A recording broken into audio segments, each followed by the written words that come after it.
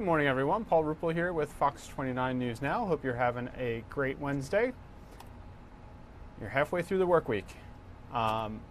We are monitoring several events that will be coming up.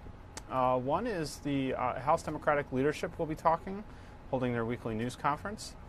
This comes, of course, on the just after the President's State of the Union address last night, which was delayed from last month due to the partial government shutdown. We're also keeping an eye on the weather. Our beautiful weather yesterday is into the rearview mirror, and now we're a little bit cooler this morning and some cooler temps on the way. It looks like we have a couple of rain chances coming as well, so we'll get you a look at your complete weather conditions. And Philadelphia District Attorney Larry Krasner will be holding a news conference this morning about juvenile justice reforms. We expect to take you to that live. I believe that's occurring at 10:30 a.m. So a couple of live events. Let's start with weather, what we mentioned first. We'll go back to ultimate Doppler radar there. See, our next weather maker is not too far away. It's into central Pennsylvania at this time.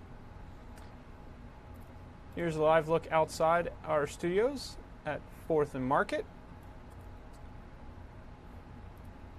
Currently it's 42 degrees, the dew point is 33. Winds are out of the east at 11 miles per hour, so a little bit breezier than it has been. It certainly was yesterday. Let's go to some of our weather graphics here.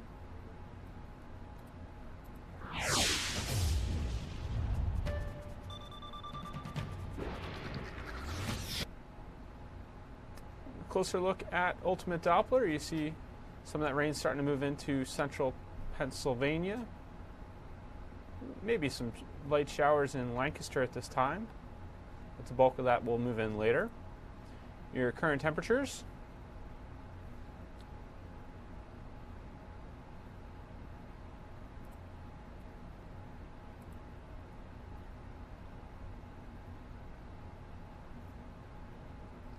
Those are good for just before the 10 o'clock hour, so 44 degrees in Philadelphia. 40s across much of the area. 30s up north in Mount Pocono and in Reading, 39. Northeast temperatures. You see some of that warmth is still to our south and west there in Charlottesville and Clarksburg in the 50s. Even Cleveland at 50 right now. But cooler air to our north. Toronto 25, Burlington 18, Bangor 24. And across the map, Florida and parts of Texas in the 70s already. Still warm in the southeast of the United States, but quite drastic change in the plain states there. 1 below in Rapid City, 7 below in Billings. Look at that cutoff there between Dallas at 69 and Wichita, Kansas 24, just to a couple states to the north. So cold air on the way. Here's your wind chills right now. Feels like the 30s across much of the area, except Wildwood where it feels like 40 and Mount Pocono where it feels like 24. As we mentioned, a bit cooler than it was yesterday.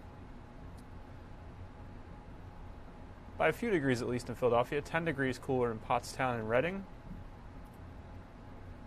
Your winds, relatively calm, not too big right now, not much to speak of in terms of gusts.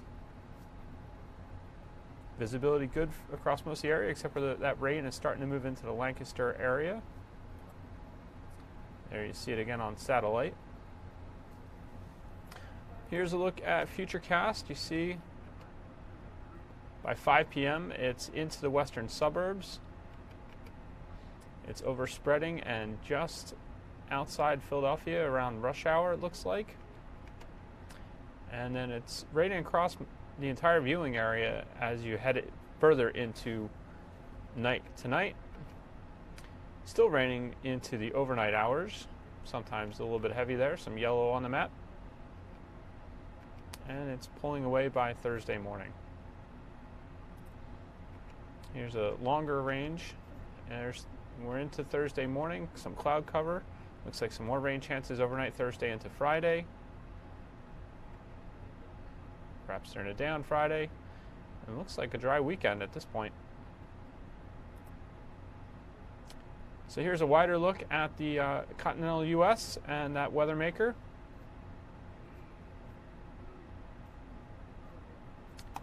And here comes your 7-day forecast from the Fox 29 Weather Authority. 49 today, afternoon rain, or afternoon evening rain, PM rain, and cooler, 47 for a high. We've got 3 sevens coming in our forecast by the numbers, today, tomorrow, and Friday. That's because Thursday looks like we could have some of that rain linger into the morning, then cloudy, 52 for a high. Friday will start warm at 57, but temperatures will be falling. AM wind and rain, AM rain and then windy later in the day. Saturday it's back to winter, 36 for a high. 20 for an overnight low into Sunday when we'll have sun to clouds and only a high of 39. Monday, snow to rain, 40, and a wintry mix for Tuesday. So wintry precipitation returns next week. Our little spring preview that we had certainly yesterday and maybe to some extent Friday with these temperatures in the 50s, Thursday and Friday. It's been a nice reprieve, hasn't it?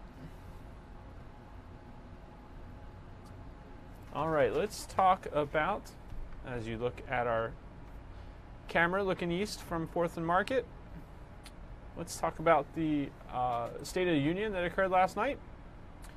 The President spoke before a joint session of Congress.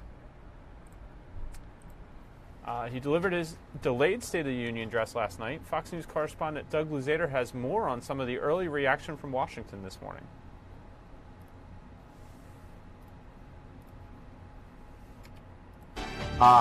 Boy, it was a long speech last night. Listened to most of it. In fact, I listened to all of it. Yeah. Well, President Trump, he delivered his delayed State of the Union address last night, so a lot of people are still reacting this morning. So we're going to talk to Doug about it a little bit this morning. What we're going to start with is this particular soundbite, and then we'll let you respond. Here it is. The only thing that can stop it are foolish wars, politics, or ridiculous partisan investigations. So the only way the president seems to think that we're going to continue to have world peace or hope for world peace is to not go to war and don't have silly investigations of him. Is that what he's saying? Well, look, these investigations obviously hit pretty close to home, and we're not just talking about the Mueller probe, which has been going on a long time, and a lot of folks think that's going to wrap up relatively quickly. Really, the bigger concern for the White House may be the fact that Democrats control the House now, which means they have subpoena power, and it looks like there are going to be a whole slew of investigations into the administration. So, while the Mueller probe is something that has really kind of gotten the president, really raised the president's ire, it's Democrats in the House that are really going to cause a lot of problems for the White House moving forward here, which means a lot of responses to subpoenas. I mean, it's going to get rough around here. Right, but it's an odd way to phrase it, that world peace. Yeah. I mean, he's equating a war and investigations preventing peace. I think he would, and listen, I obviously can't speak for him. Yeah. He seemed, on the one hand, maybe defending his position on, pulling troops out of Afghanistan, for instance, talking about endless wars and something, and so on. No, I get How that. that exactly ties into the investigations, that part of that isn't all that clear. Let's say. I don't know if it was written that way or not. Let's get to the part where he started talking about women in Congress, because it was interesting to see whenever they took the crowd shots how a lot of the women Democrats were wearing all white, and it really stood out. So he talks about how women have made a lot of progress, especially when it comes to politics, and look at the reaction. Here it is. We also have more women serving in Congress than at any time before.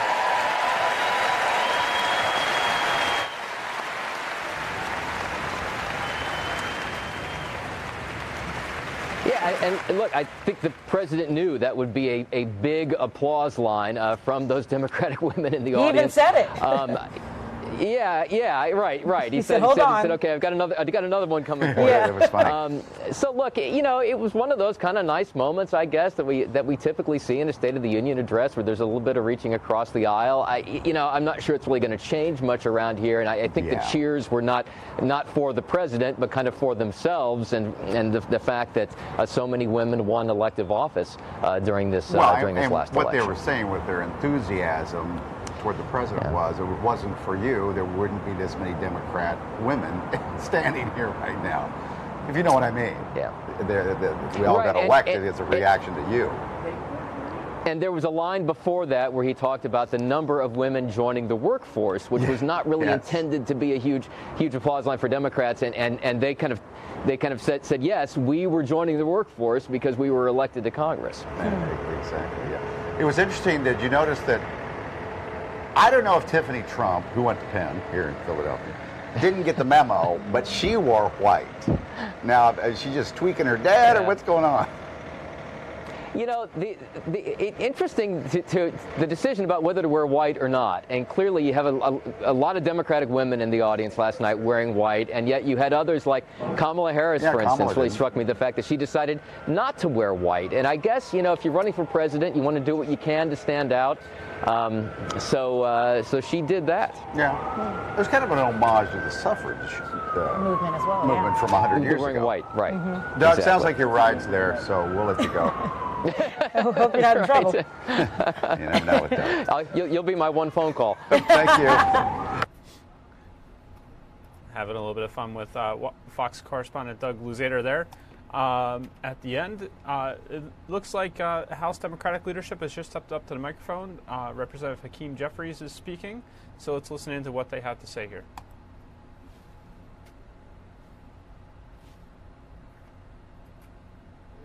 That we're focused on lowering health care costs, increasing pay for everyday Americans through a real infrastructure plan, and cleaning up corruption and the mess that the other side of the aisle has created.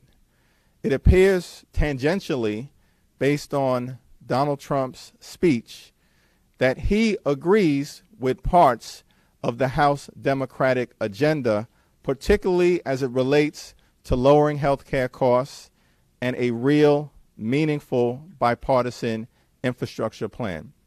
House Democrats believe that we should lower health care costs, beginning with a focus on driving down the high cost of life-saving prescription drugs. House Democrats want to give Medicare the ability to use its bulk price purchasing power to negotiate lower drug prices on behalf of the American people. House Democrats have a $1 trillion infrastructure plan that we believe will fix our crumbling bridges, roads, tunnels, airports, and mass transportation system, and also create 16 million good-paying jobs. House Democrats are going to continue our focus on kitchen table pocketbook issues. The president briefly talked the talk. Now it's time for us to walk the walk together. House Democrats have an ambitious agenda on lowering health care costs and on a real infrastructure plan, and we look forward to working on these issues in a bipartisan fashion. Let me now yield to our distinguished Vice Chair, Catherine Clark.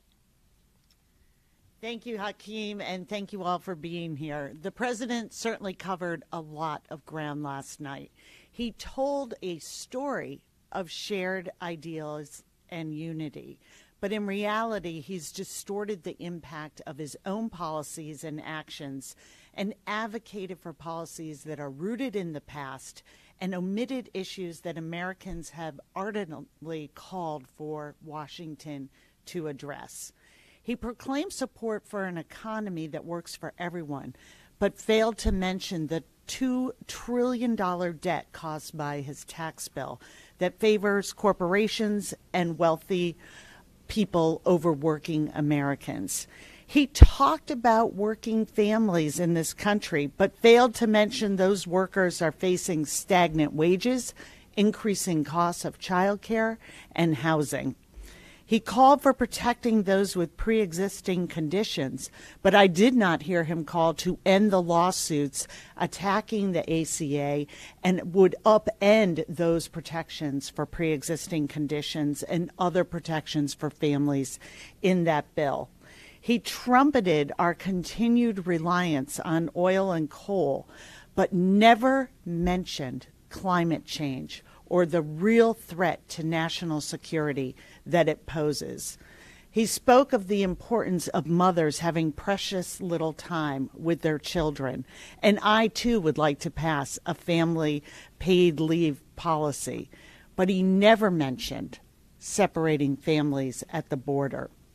I hope to work with him on eradicating AIDS and HIV, but this is in total contrast to the policies that he has put forth that threaten the LGBTQ community and his assault on Title X funding that in 2016 alone would provide more than 4 million people with testing, including HIV. The president spoke about the tragedy in Pittsburgh. He brought 2 survivors of that incredible tragic events that unfolded at the Tree of Life Synagogue. But he never talked about gun violence in this country and what we are going to do about it. My guest at the State of the Union was a student activist named Angie. She was so devastated after Parkland that she joined a national walkout and brought 900 students with her. That was just missing from the State of the Union and the speech last night.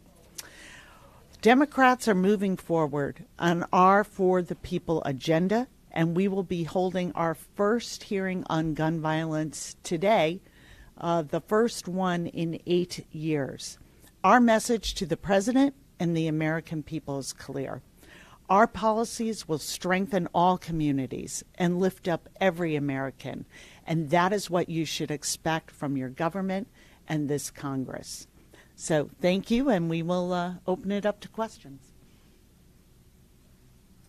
Well, I mean, it seemed like a little bit of a mixed message from the president last night, and the big thing on the table now, I think, is still the funding the government and keeping everything moving. Do you have more or less confidence that that process will go through and that the president will accept it? And if not, are you prepared for him to declare an emergency at the border? Well, there's a bipartisan process that's underway that we believe is working well.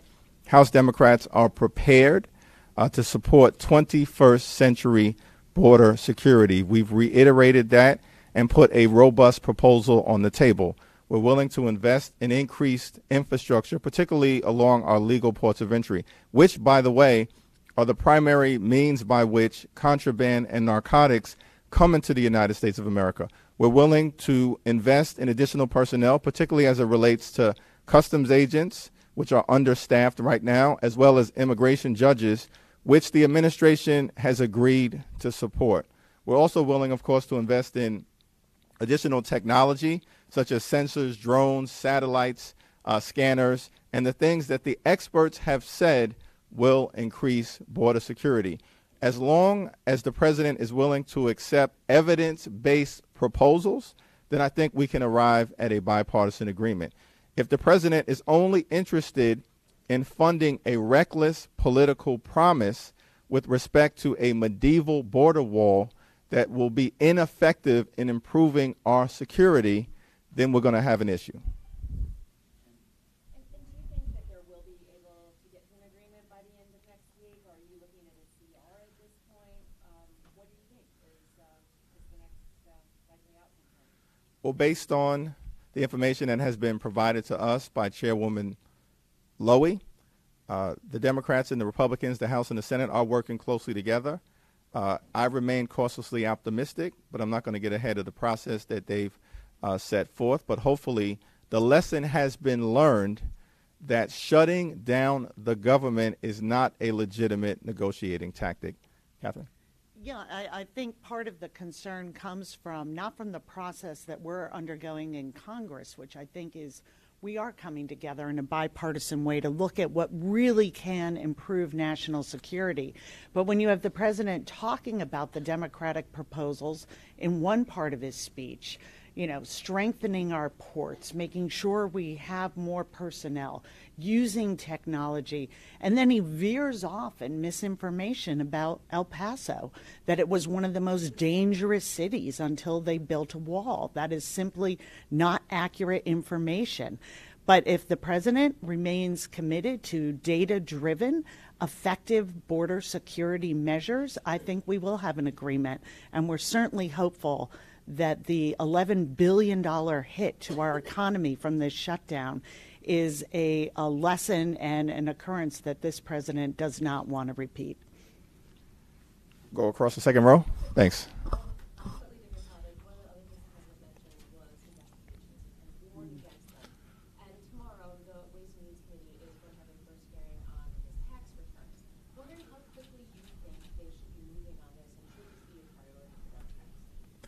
Well, the House is a separate and co-equal branch of government. We have an Article I responsibility to serve as a check and balance on an out-of-control executive branch.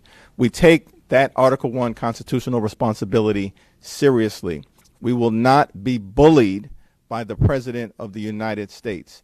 The days of the House functioning as a wholly owned subsidiary of the Trump administration are over. That ended on January 3rd. That said, we're not going to overreach. We're not going to over-investigate. We're not going to over-politicize our constitutional responsibilities. The House is going to proceed with restraint, with regular order, and that's why hearings will take place, including the one on exploring taxes related to the president and the vice president before any action is taken. Our major priority is lowering healthcare costs, leading with reducing the high price of prescription drugs, a real infrastructure plan, and cleaning up corruption.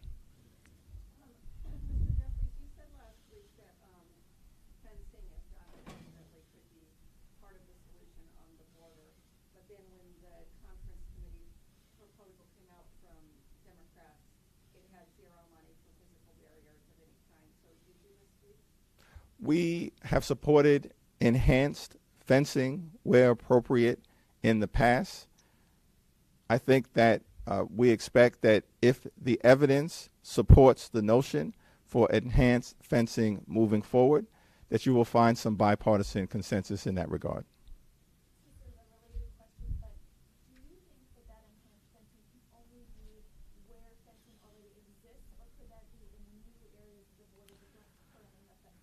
It's not appropriate for me to get out ahead of what the particulars are in terms of the negotiation, because that's a process that has been put in place and we've all agreed to respect it. I think it goes without saying that some sort of physical barrier or medieval border wall from sea to shining sea is outrageous, ridiculous, and is not evidence-based.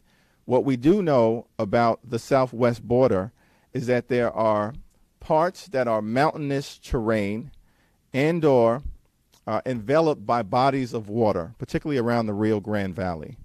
There are parts of the border that are privately owned and would require eminent domain that neither side seems to support at this moment. There are also parts of the border that are sacred Native American land, and it will be wholly inappropriate and perhaps a violation of their sovereignty to try to impose some sort of medieval border wall to fulfill a campaign applause line. Those are just facts. And what we've said is that our approach to border security in totality should be evidence-based. What did you make of the president's comments last night when he said the country is not going to become a socialist country? He appeared to be taking shots at a couple of members who thought this was Democrats, but also a lot of Democrats didn't stand in applause for that. Do you have concerns he's going to paint the party socialist? The House Democratic Caucus supports a well-regulated free market economy that is also anchored in a robust social safety net, including Social Security and Medicare.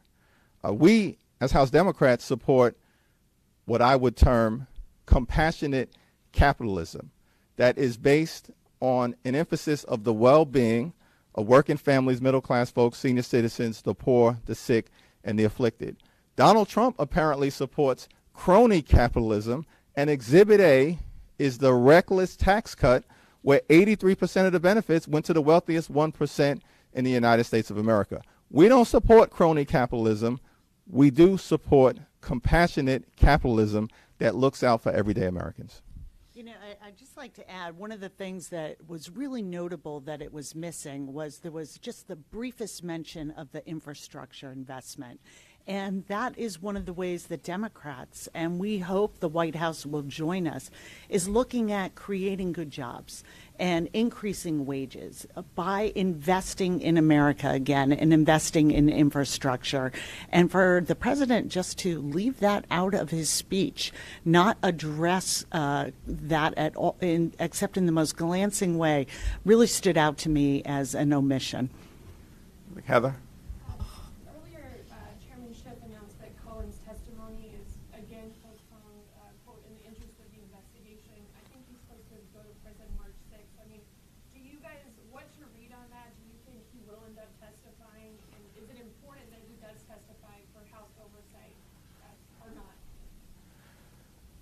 Well, it's not clear to me that he will or he will not testify. I do think that House Democrats are compelled to make sure that all of the information, as appropriate, make it into the public domain so that the American people can decide for themselves, did the Russians attack our democracy with the aid and comfort of members of the Trump campaign?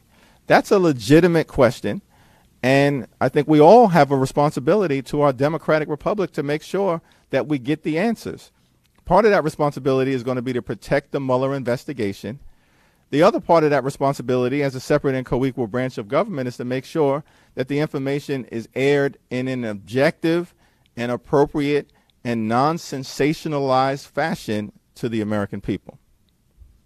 This morning, Congresswoman Dingell announced that her husband, John Dingell, is to be in city jail in health. I was curious if you have spoken to her, and what do you think John Dingell's legacy is on the House of Representatives? Well, Catherine will speak to that as well, but I think when we arrived into the United States Congress together as part of the class of 2012, John Dingell was one of those legendary members who's an institutionalist, who's done great good for the people that he represented for decades in Michigan, and in his capacity as a dynamic chair of the House Energy and Commerce Committee. Our thoughts and prayers continue to be with John Dingell and Debbie Dingell, as well as the Dingell family and all the people that have supported him throughout the years. And I think he will go down in history as one of the most impactful members of the United States Congress. And he's a great tweeter as well. Yeah, I have spoken to Debbie and been in contact with her. And as Hakeem said, our thoughts and prayers are with her and with John. And one of the first meetings I had when I came into Congress 5 years ago was to meet with John Dingell, which was a little intimidating, but in a very John Dingell way, he welcomed me into his office and said, "You are as welcome as spring," which I always will remember. And really his message to me was always look at the wide Democratic caucus and what it takes to build a majority and find those issues where we can come together despite our different perspectives and where we are on the ideological spectrum. Remember that it's that commitment to American families and to equality that drives democratic values, and always look for that in your fellow Democrats and honor that. And those are words that I think I'll never forget. And I think we really saw that in display in the midterms, and that's very much a legacy of John Dingell. Time for two more questions. We'll go to the back and then fourth row. Democratic leadership continues to come under fire as troubles now. There's an allegation of sexual assault against the state's lieutenant governor, Mr. Justin Fairfax. So as Democrats, I'm asking you, should these allegations be considered serious? And in your opinion, does the accuser deserve due process?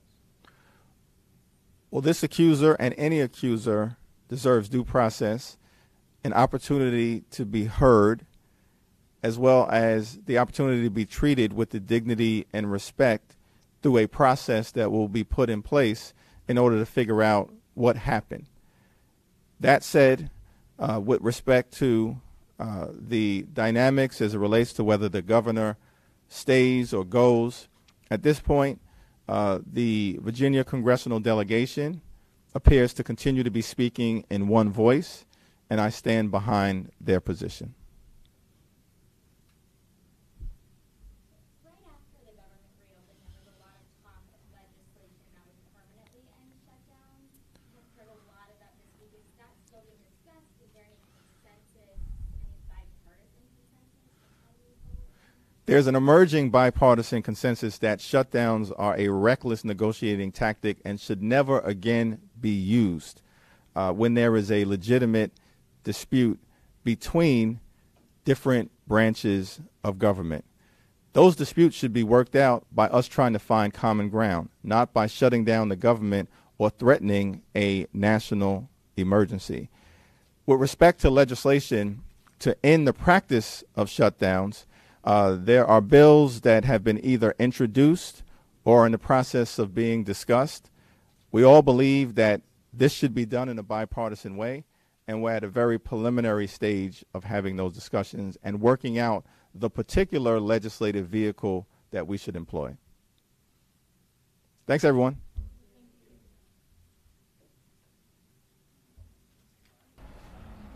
You've been watching the House Democratic Caucus leadership, Hakeem Jeffries and Catherine Clark.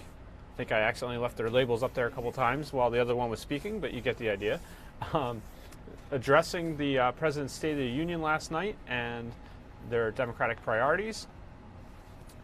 To tail end there, they were addressing the controversy in the state of Virginia over Governor Northam's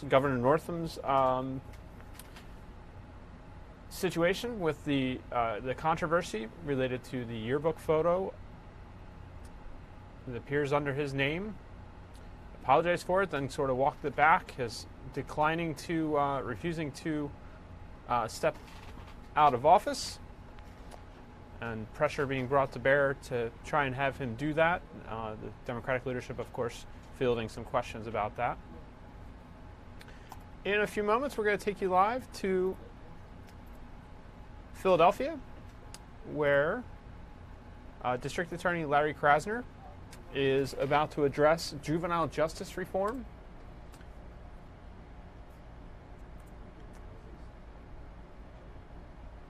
This is the DA is announcing a comprehensive set of policies designed to reform how the DA's office approaches juvenile justice reform. DA Krasner is going to be joined by community partners as well as individuals who have been involved in the juvenile justice system.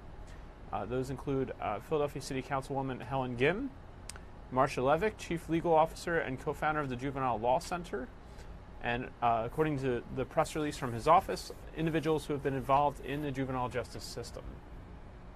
That is expected to begin momentarily, so we'll take you there live. While we're waiting for that, let's take a quick look at the stock market.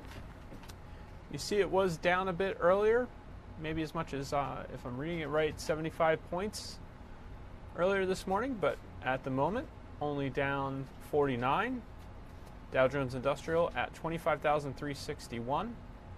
Looks like DA Krasner is stepping up to the microphone. Let's go live to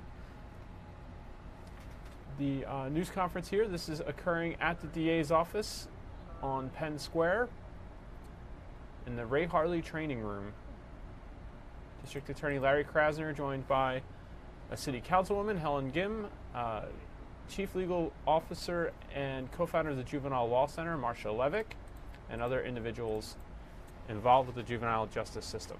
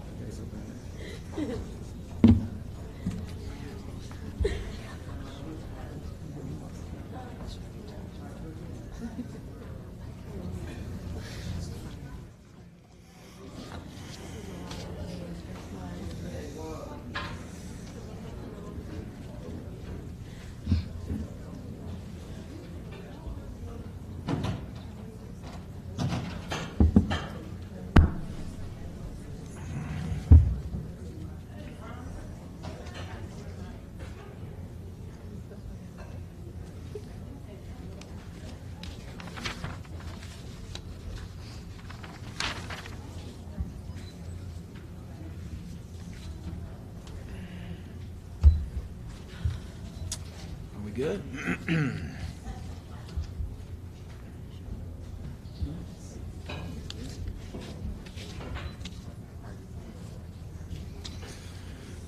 Thank you all for being here today.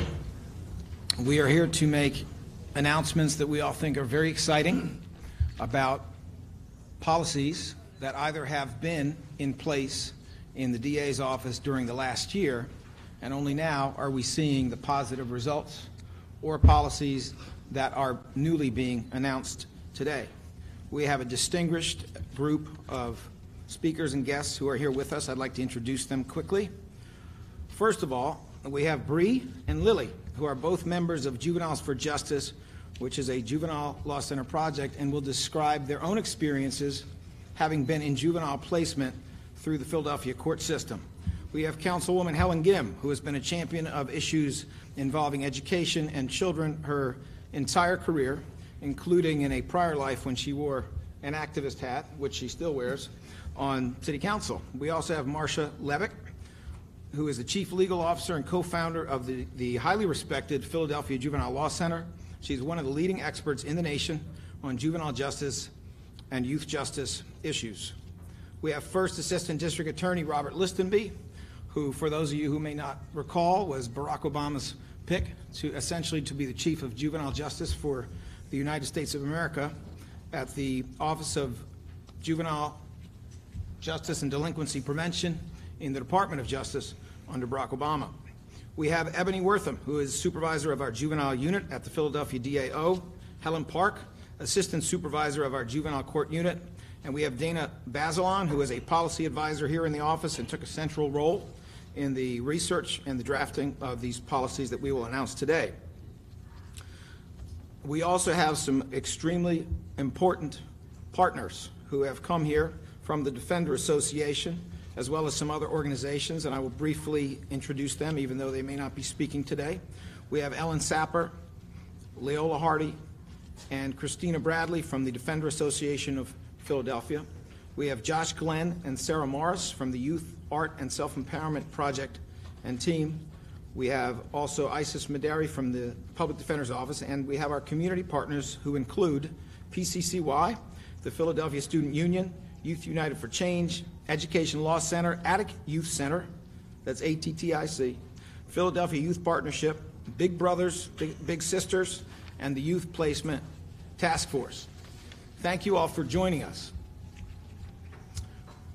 The more detailed comments on this policy will be offered by First Assistant Listenby, one of the two truly excellent First Assistants with whom we are blessed here in the Philadelphia DAO, but there are a couple of highlights that I would like to mention, and then he can delve into them in greater detail. There have been improvements in the Philadelphia juvenile justice system for some time. In 2001, there were 10,000 petitions in juvenile court, and what that means is a criminal complaint. There were 10,000 criminal complaints in juvenile court. They are now down to 2,400. That is approximately a 75% reduction. That improvement has been going on a bit at a time for a long time, since Kevin Bethel and others, Kevin Bethel having been highly placed in the Philadelphia Police Department as a police officer, recognized that what was going on was truly a school-to-prison pipeline, and that the court system was being used for matters that often had previously been dealt with in discipline within the school system. And there was a legion of people who led that movement. What we are seeing now, and I know that Councilwoman Gim will go to this point, is that we are no longer incarcerating youth as a first step. What we are seeing now, and I know that Marcia Levick will address this point, is that we have a partnership of people on the prosecutorial side and then in the community and also at the Defender Association to find a better way. And I think what you will also hear, and this is a point mentioned to me by Ebony Wortham, but it will be reflected in the comments of others, is that the purpose here is to address the needs of youth while keeping the community safe, and that this is not an either or. This is not a choice between the two. The one feeds the other. And that is what is so special and so important about juvenile justice, because you are dealing with a group of people who are, as the U.S. Supreme Court has said, more capable of rehabilitation and less culpable. And they are, in fact, the future of our safety, and they are in fact the future of our city. So the investment is worth it. Let me give you a couple numbers that I think highlight what some of these changes look like in concrete terms. And then, of course, Mr. Listenby will get into it in more detail. Councilwoman, it's wonderful to see you. We have Councilwoman Blackwell with us here as well. Thank you. The number of juveniles in placement in 2013 was 976. In 2018, it is 516. If we compare the old administration to the new administration, if we look at 2017 versus 2018, we find that it is a reduction, and this is slightly rough because it was done end of September rather than year end, but it's a reduction from 604 to 516, almost 100. In fact, it is 88 specifically. When you realize that the price tag on placement of a juvenile is astronomical, and we would approximate it at being about $175,000 a year.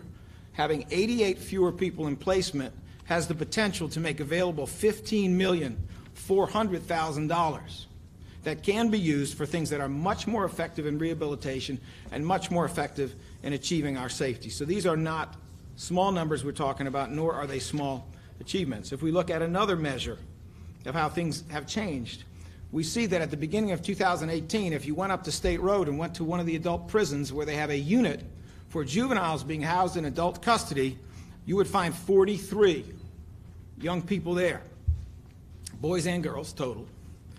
Today there are 10, and there are no girls who are housed in adult custody. As Mr. Listenby will explain later, even the feds have caught up with this, and there is new federal legislation that will make it nationally illegal to have juveniles housed in adult custody, but we in Philadelphia would rather lead than follow. So we're trying to get there sooner rather than later. If we look at another measure, which is certifications, and what a certification means, it's an effort in the juvenile system to take a juvenile accused of a crime in the juvenile system and move that case to adult court, which used to be all the rage when we were in the era of phrases like super predators and wolf packs. If you look at that, we see that the number of certifications that were attempted was about 10 to 12. In the prior administration, it's now about 2 to 3. So we see a very substantial reduction there. Our current juvenile justice system is failing our most vulnerable children. Today, we are here to try to begin to fix it by announcing a series of new policies that will address the individual needs of children who appear in our juvenile courts. This is the first of several steps that we will be taking to improve our juvenile justice system, and I'd like to emphasize from the start that we are only one of many stakeholders that have deep concern for our children and a role to play in improving their systems of care. The men and women of City Council, the public defenders, family court, and the Department of Human Services and community leaders and program professionals care deeply about what happens in our juvenile courts, and they now have a willing partner in the Philadelphia District Attorney's Office. There has been considerable progress over the last decade in Philadelphia's juvenile justice system. Nevertheless, it continues to fail our most vulnerable children, and that fails all of us. The policies set forth here seek to shrink the footprint of Philadelphia's juvenile justice system by decreasing the number of youth sent to juvenile placement and limiting the use of unnecessary supervision. By almost every metric, juvenile crime is down across the country and in Pennsylvania. And yet children who have been labeled delinquent for nonviolent, relatively minor offenses are often trapped in a system that fails to offer them the assistance they need and then sends them away from home when they fail.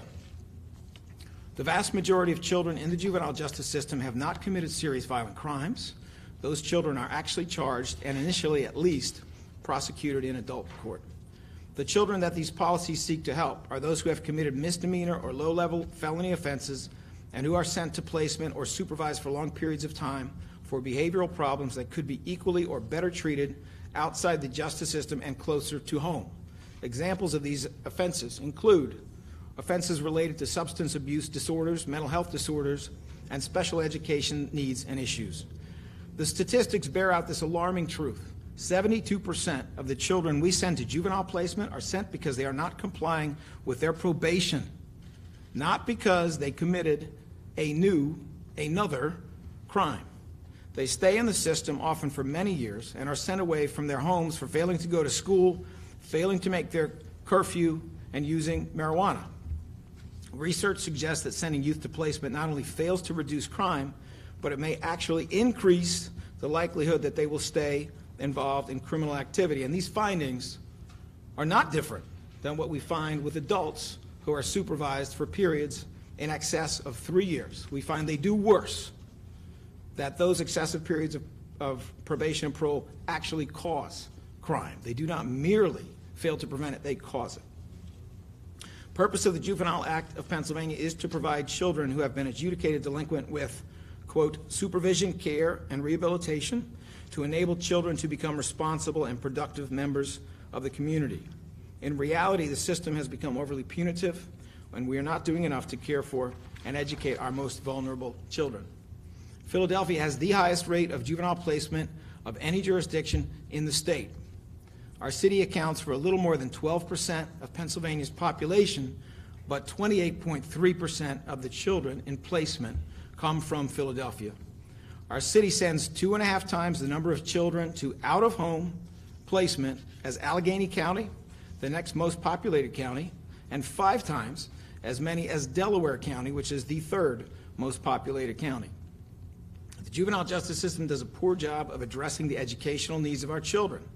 In a recent study conducted in 2013, only 36% of Philadelphia children who passed through the juvenile system graduated from high school. And let's remember what we're paying for that kinds of education. We're paying over $150,000 a year per juvenile for a non-custodial placement. We're paying over $200,000 a year for a custodial placement, and that is the quality of education that we are getting. We are sending our children to facilities all over the state of variable quality where their educational needs go unmet. A child in public school in Philadelphia costs the government approximately $14,700 per year, which, by the way, is not enough. The average cost of placement in Pennsylvania, as I mentioned, is about $150,000, unless it's secure, and then it's about $200,000 per child per year. Children who are being placed on juvenile probation are often being over-supervised. They are frequently compelled to complete 5, 6, or more conditions in order to be taken off probation, despite research that recommends the number of conditions a child must abide by should be limited to 3 because it works better, because the results are more successful. Also, we cannot ignore the disparate impact that our policies are having on children of color in our communities. 73% of all children adjudicated delinquent in Philadelphia are African American, and only 0.6% are Caucasian.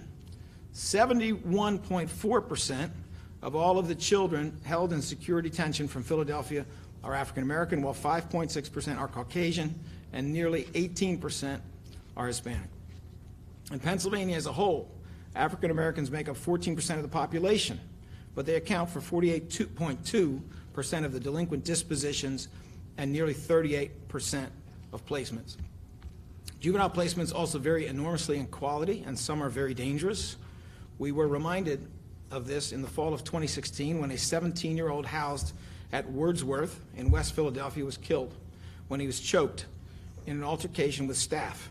And again in August of 2018 when a child at the Glen Mills School, a placement for delinquent youth in Delaware County, was badly beaten by staff.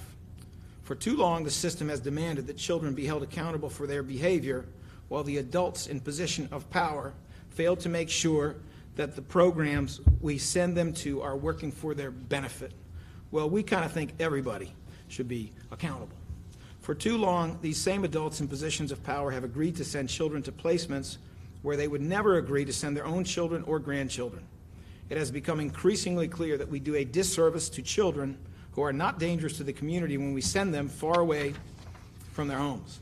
Other jurisdictions, including New York, have implemented close-to-home policies which allow more kids to stay in their homes, or if they must be removed from community for community safety, to stay in the same school district or neighborhood. The results are impressive. High school graduation rates are better, rates of recidivism are better, and youth and family satisfaction are better, and it all costs a lot less, which allows us to reinvest that money into things that work and into the, frankly, thin group of possible alternatives. We encourage our system partners to embrace this model. There is a category of children accused of committing crimes who are not addressed in these policies, but they are addressed in the decisions that are made in this office every day and have been made for a year. And those are children who must be charged as adults under Pennsylvania law because it is required by Pennsylvania law. They are known as direct files. In other words, juveniles who by statute must have their case directly filed into adult court. These obviously tend to be more serious felonies. They stand accused of serious felonies where a deadly weapon was used. While these children must initially be charged in adult court, this office has the discretion selectively to send cases back to the juvenile system. So let me tell you what it looks like comparing 2017 to this administration, which started in 2018. In 2017, there were 210 direct file juvenile arrests, and because of the policies of that administration, 128 cases were returned to juvenile court, which is about 60%. So they'd start in adult court, but about 60% would make their way back to juvenile court, and that was with 210 arrests. This year, we have 147 arrests rather than 210, which is obviously a large reduction. And because of these policies, 124 of those 147 were returned to juvenile court. So we have an 85% rate of returning the smaller number of direct file cases to juvenile court, 85% rather than 60% the year before. I should also say, and this is a very important point, that process in the prior administration often took months, with juveniles being held as if they were to be charged as adults. And now we are moving as quickly as possible. Often these decisions are made within days or at most a week. This is our current starting point, and now with the implementation of these new policies, we will try to make sure that it only gets better. Right now, there are under 10 males and 0 females, down from 40 children in adult custody on State Road, thanks to our new approach and mandate to keep juveniles out of the adult system. We have built and implemented these policies and reforms in a careful and thoughtful way with an eye toward the safety of the community and the best interest of the child, and we know now, and the U.S. Supreme Court precedent acknowledges this. This is what our conservative U.S. Supreme Court has to say. Children cannot be held accountable in the same way as adults because their brains have not fully developed all the way up until age 25. And that specifically means they are less culpable and they are more open to rehabilitation. It is unjust and unnecessary to punish children for their actions in the same way that we would adults. It's highly ineffective in terms of keeping the public safe.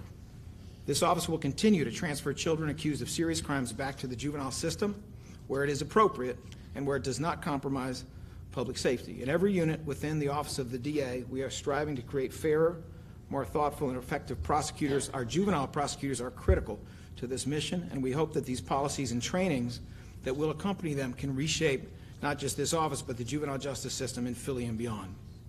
You should know that our juvenile attorneys have already had 4 trainings in these policies before we announced them here today.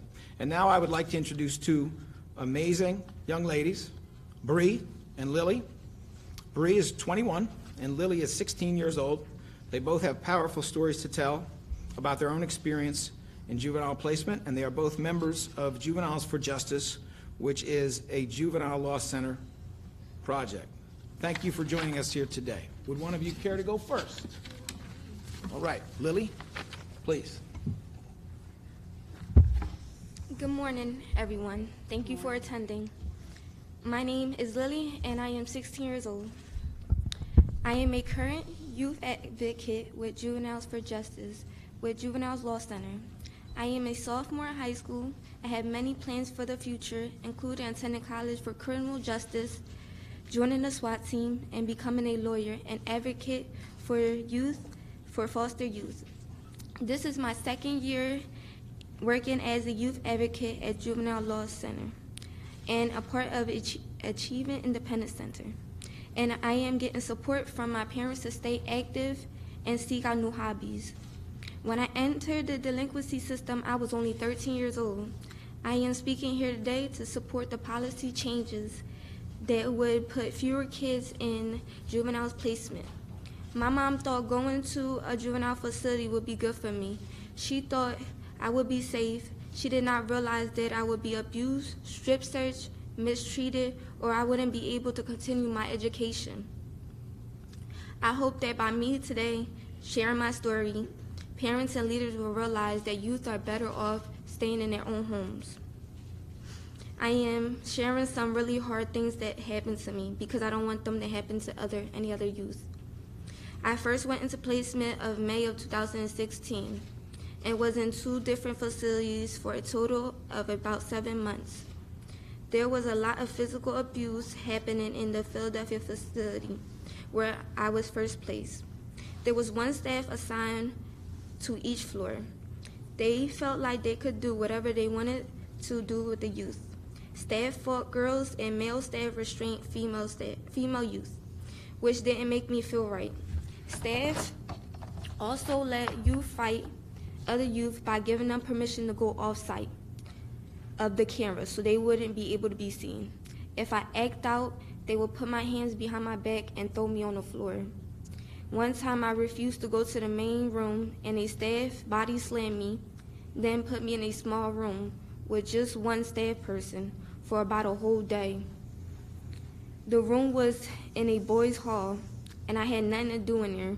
I had eaten around breakfast, but from 9 a.m. to 3:30 p.m., they didn't let me eat anything. Sometimes staff played favorites and other youth would get multiple snacks or meals while I went hungry. The food was also unsafe. I found worms in my food a couple of times. There was no school at the facility. We had to stay in 1 room all day. There was no teachers, no books. There was just a TV, and that wasn't even on, only if a staff wanted to watch TV. There was nothing to do in there, and I hated going there. One time, a staff member burnt me with a flat iron while she was straightening my hair. Afterwards, I was in a lot of pain and asked to see a nurse, but she wasn't there because she was only part-time. And I never had got to see a doctor until I went to court 4 or 5 days later. But that time, it was all scarred, and when my judge saw what happened to me, she moved me to a different floor. There are juvenile delinquent centers across Philadelphia and nearby where youth may be going through the same thing. It is hard for youth to speak up about these things. When I was in a facility, I was too scared to open up and talk. I didn't think anyone would believe me, and I didn't think anything would be done if I speaked up. Why should I think anyone will help me? Excuse me. Why should I think that anybody will help me as if they're sitting there harming me? Being in placement really messed things up for me. I tried to go back to the charter school that I attended for 2 years, but they didn't let me go back in. My only option was to do cyber program. I didn't learn anything while I was in placement, and to this day I'm still having trouble in school. I ended up having to take 8th grade classes like pre-algebra that I should already known. I now have trust issues with adults. Going to placement changed the way I was. I became quiet and didn't want to be around anyone else. When I got home for placement, I got all the love that I was missing for all those months. I wish I had to stay home with my family the whole time. I am speaking here for the youth that are in delinquent and child welfare centers and going through the same thing that I've been through. I want to make a change and support the policies that will put fewer youth in placement. Thank you for so much for listening.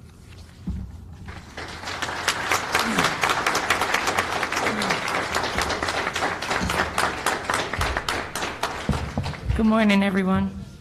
My name is Bree. I'm 21 years old. I want to go to school for cosmetology, and then when I was done, I wanted to start my training at the academy to be a firefighter. I was 17 when I was in a juvenile placement. I've been a member of Juveniles for Justice for 3 years. Juveniles for Justice is a youth advocacy program for youth with experience in the justice system through Juvenile Law Center. We recently wrote a report of our experiences called Broken Bridges, which we published and have here. My experience being locked up in 2 different facilities was horrible, especially when I was physically restrained for no reason after I followed basic instructions that a staff member gave to me. I felt uncomfortable and unsafe with male staff working on the unit where I was placed. When the male staff physically restrained me, he came up from behind, grabbed the back of my neck, and slammed me on my back. Not only did it hurt, but I have a spinal injury and could not seek medical attention right away. He also used his knee to restrain me for 20 minutes. My chest started hurting after a while. Not only that, I have asthma. The whole time being restrained was scary because of both my medical conditions. This is why I recommend that male staff don't work on female units. I felt like this man was rough on us. At one of the facilities where I was held at, I was strip searched. I felt very uncomfortable and I felt violated, especially because it was in front of more than one person. They strip searched me without telling me why. It had been for about 15 to 20 minutes. Not only did they pat me down, but they took my clothes off for me. Being away from my family in the juvenile facility caused a lot of pain for me, and it was very hard, especially since I couldn't talk to my family every day like I wanted to. I felt lonely and depressed, even more worse than I was already. Overall, my experience in the system was not great, but I know from that experience that I can use my voice to make changes, not only for myself, but for other youth who are experiencing what I went through. I support policies that would make it so fewer kids are placed in juvenile detention. Being in placement did not help me, it hurt me. I don't know who in this room has children, but I would ask that you think about me as if I were your child. Would you support me in any way possible? I hope so. Thank you for inviting me and listening to me.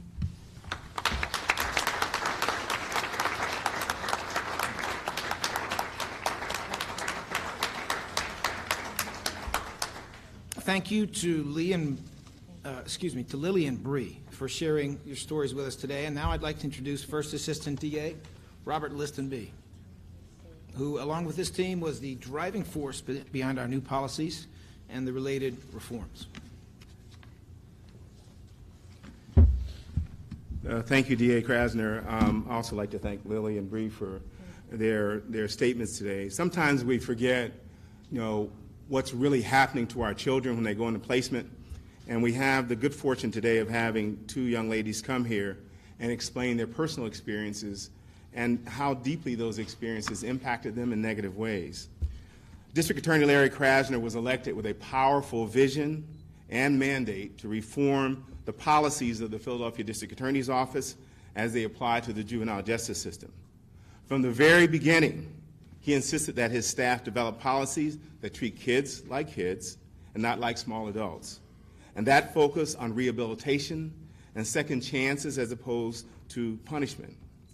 He also insisted that we pay close attention to the needs and concerns of victims and witnesses that testify in juvenile proceedings, as well as the constitutional rights of children who are defendants in those same proceedings. In addition, he's required his staff to take into consideration the interests and concerns of communities where our children reside and listen to the concerns of community members. With these ideas in mind, I would like to talk about the 7 policies that we are sharing today. There are 3 very important principles that apply to each of the 7 policies. I will discuss them in detail as they apply to the first policy, but I won't discuss them as they apply to the other 6 policies, though it should be understood that they apply to each of those policies. You have copies of them so you can read how they apply. First, the policies are written as guidelines, or in legal terms as presumptions. They are to be applied in an individualized way to the facts, the law, and the circumstances of each case. They are not rigid dictates from District Attorney Krasner or his supervisors. Second, under District Attorney Krasner, each assistant district attorney is given the discretion within limits to decide how to handle his or her cases. And third, each of these policies comes with exceptions that limit their application to very serious cases. Let me go first to the first policy on juvenile pre-adjudicatory offers. This policy is designed to increase diversions, the number of children who stay out of the juvenile justice system. Here, we offer deferred adjudications in most cases. Children are placed under court supervision for a period of time without an adjudication of delinquency, which is the juvenile equivalent of an adult conviction. If a child complies with the terms of the deferred, the case will be dismissed and the record can be expunged. So we're trying to divert more cases with policy number 1. I want to go over the exceptions because these apply to many of the other policies, but in different ways. There are several exceptions which I want to focus on. First, a deferred may not be appropriate if a child has a prior adjudication of delinquency, is charged with a possession of a gun, is charged with aggravated assault and has intentionally inflicted significant or serious bodily injury on the victim, where the youth is charged with rape, sexual assault, involuntary deviant sexual intercourse, or aggravated indecent assault, where the youth is charged with a felony of the first degree where a weapon is used, or where the youth is charged with invasion of a home of another with a weapon. So the policies don't apply to those specific exceptions. Where a deferred is inappropriate, a reporting consent decree, which is a 6-month supervision, can be made available with the expectation that an expungement can occur 6 months after a child is discharged from court supervision. Under the current rules, children have to wait for 5 years after discharge from court supervision before records can be expunged.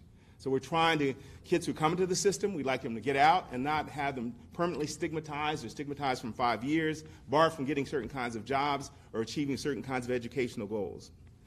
Policy number 2 focuses on juvenile reporting consent decrees and extends the offer of a consent decree to all cases where there is a misdemeanor as the lead charge. Once again, children charged with misdemeanors, we want to get them out of the system, so we want to give them consent decrees.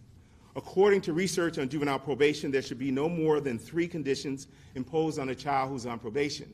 What we find under current practices is that many of our children are given 3, 4, 5, 6 conditions. What is that? That's the prescription for failure. How can a child complete all the different conditions placed on them and at the same time go to school successfully, and many of them are working? So we want to restrict the number of conditions to 3 for almost all the times that our children are placed on probation. Finally, children placed on reporting consent decrees should not be required to complete more than 25 hours of community service. Again, if you have 100 hours of community service or 200 hours of community service, you don't have time to go to school, you don't have time to go to work, you don't have the time to take care of all the other kinds of obligations you have. Policy number 3, it is our goal to reduce the number of children held in detention. Why? Because we know that once a child is held in detention, the likelihood of going deeper into a system is pretty well established. So we are recommending that all of our assistant district attorneys, or we're requiring them to recommend alternatives to detention where children are arrested, where they have bench warrant hearings or violation of probation hearings. Once again, this policy is crafted with several specific exceptions designed to communicate with victims and protect the public. Policy number 4, under juvenile disposition is our juvenile disposition policy, where a child is found guilty of an offense and placed on probation.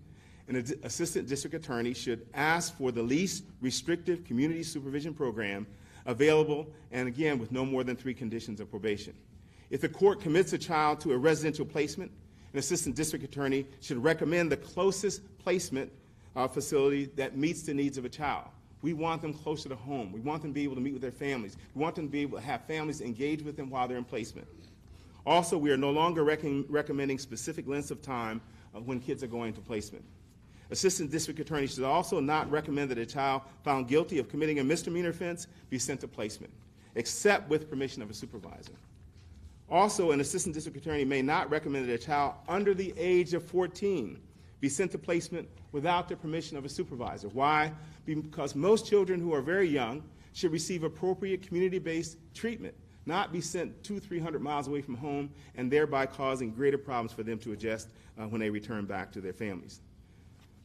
Also, no child should be sent to placement that cannot meet his or her educational needs. Many of our children who are going into placements have individual education plans. They go to places where those individual education plans cannot be met. They come back, they have to start all over.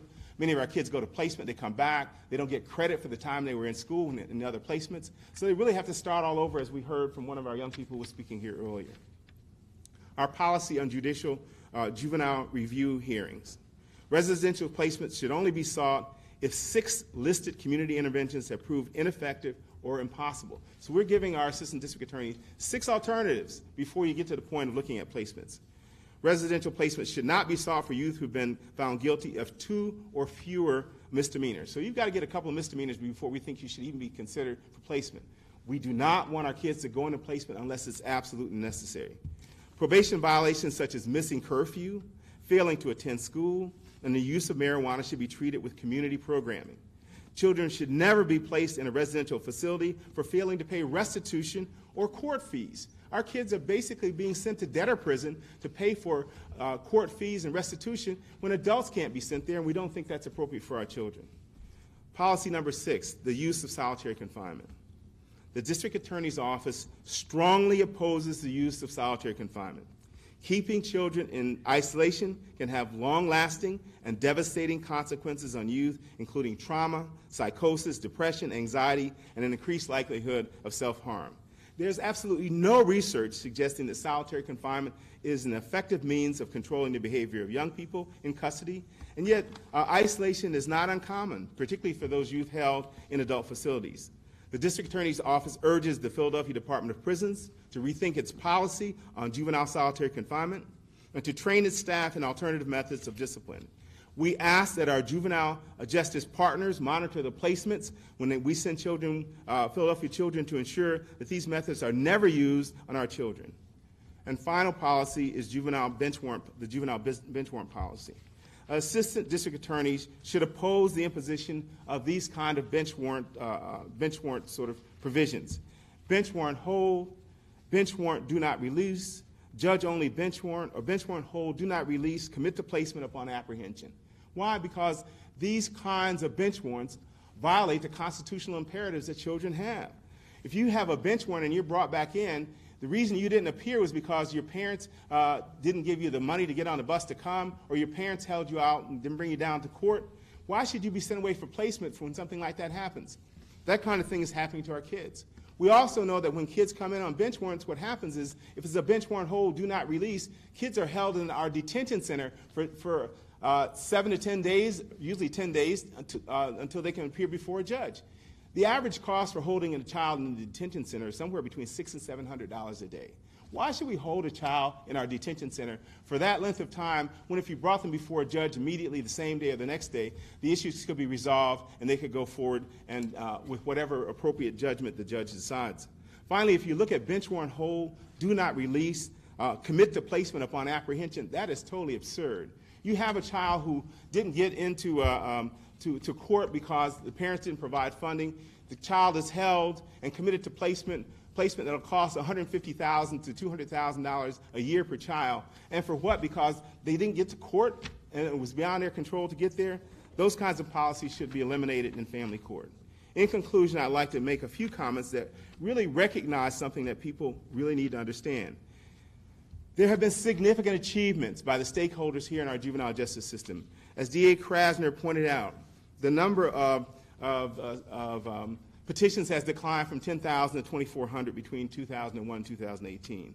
Also, the number of placements has declined from 976 to 516, or 47% between 2013 and 2018.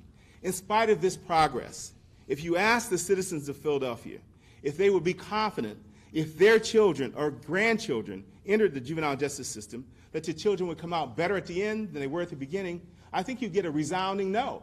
I've asked judges and defense attorneys, prosecutors, all across this nation, if they felt that they had confidence in our juvenile justice system, and very few do. So if that's the case, why are we sending everybody else's children but not our own into these systems? We have to correct them and make them safe for our people. As far as education is concerned, if only 36% of our kids are actually graduating from high school after we send them to these very expensive placements, perhaps we need to rethink the system altogether. As Philadelphians, we've watched with great admiration as New York City has adopted and refined the close-to-home model and returned over 500 children from out-of-home placement facilities across the vast state of New York to New York City. Several of our leaders have already visited these programs. Many of us are also aware of the important work done in Pittsburgh, where the family court has adopted an entire trauma-informed court model to address the needs of its children. In 2017, Judge Kim Berkeley Clark, administrative judge of Allegheny's Family Court, who developed the trauma-informed family court model, was recognized as one of the top judges in the entire nation by Chief Justice Roberts of the United States Supreme Court. As Philadelphians, we will seek to find our path to greatness, borrowing from other models and adopting them to our own unique needs. But our children can no longer wait for the perfect solution as they pass from adolescence into young adulthood. District Attorney Krasner's vision and mandate have given those of us in the District Attorney's Office the opportunity to exercise our discretion to improve the lives of our children by making recommendations to the stakeholders in this system. We are hopeful that many of them will join us in support of these recommendations. Thank you.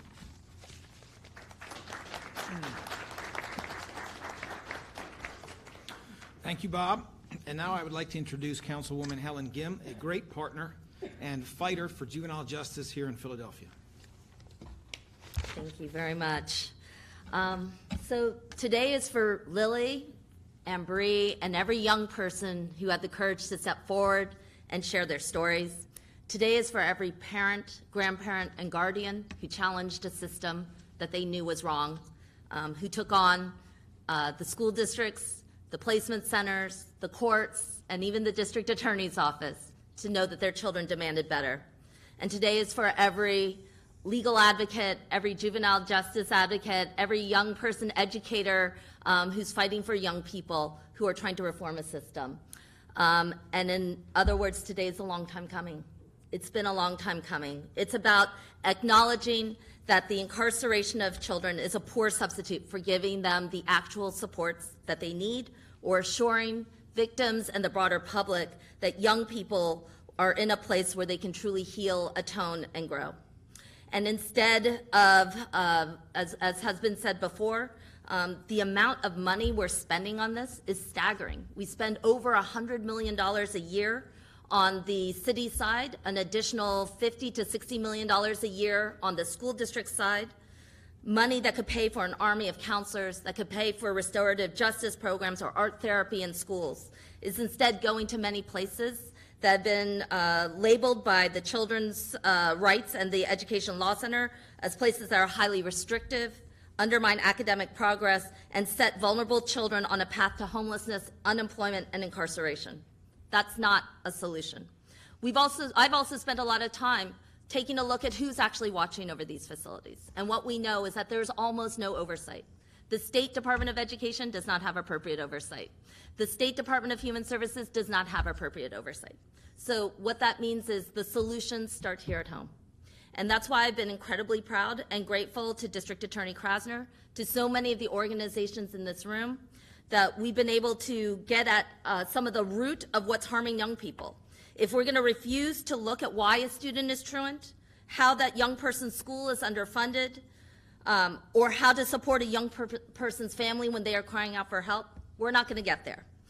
Today's announcement aligns with the work of the Youth Placement Task Force. I'm so honored to have members. I want to acknowledge Councilman Kenyatta Johnson, who was a partner in the creation of this, but also a wonderful partner in all my work, Councilwoman Cheyney Blackwell, and members of the Committee on Children and Youth, as well as some of my organizational partners, Shakima Townsend Moore, who's here from Philadelphia Youth Networks, Leola and Ellen from the Defenders Association, Juvenile Law Center, and so many others.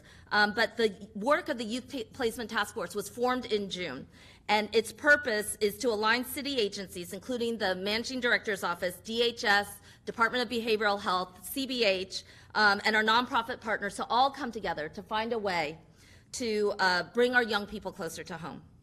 I want to say that all of our work is driven by the voices of young people themselves, including Lily, who spoke at a recent city council hearing, but whether they did it in front of city council or whether they did it in a camera in their own rooms. We need to know that those changes are driven by and our solutions are going to be driven by those young people. And today is a critical step in taking a big step forward in ending that school-to-prison pipeline, forcing us to recognize that we're not going to arrest our way out of solving our problems. Jailing young people must be the last resort. Placements for young people must be a last resort. And District Attorney Krasner's guidance should urge all of us that collectively we can recognize that a less punitive path is possible. And we're going to do great things for our young people in Philadelphia. Thank you.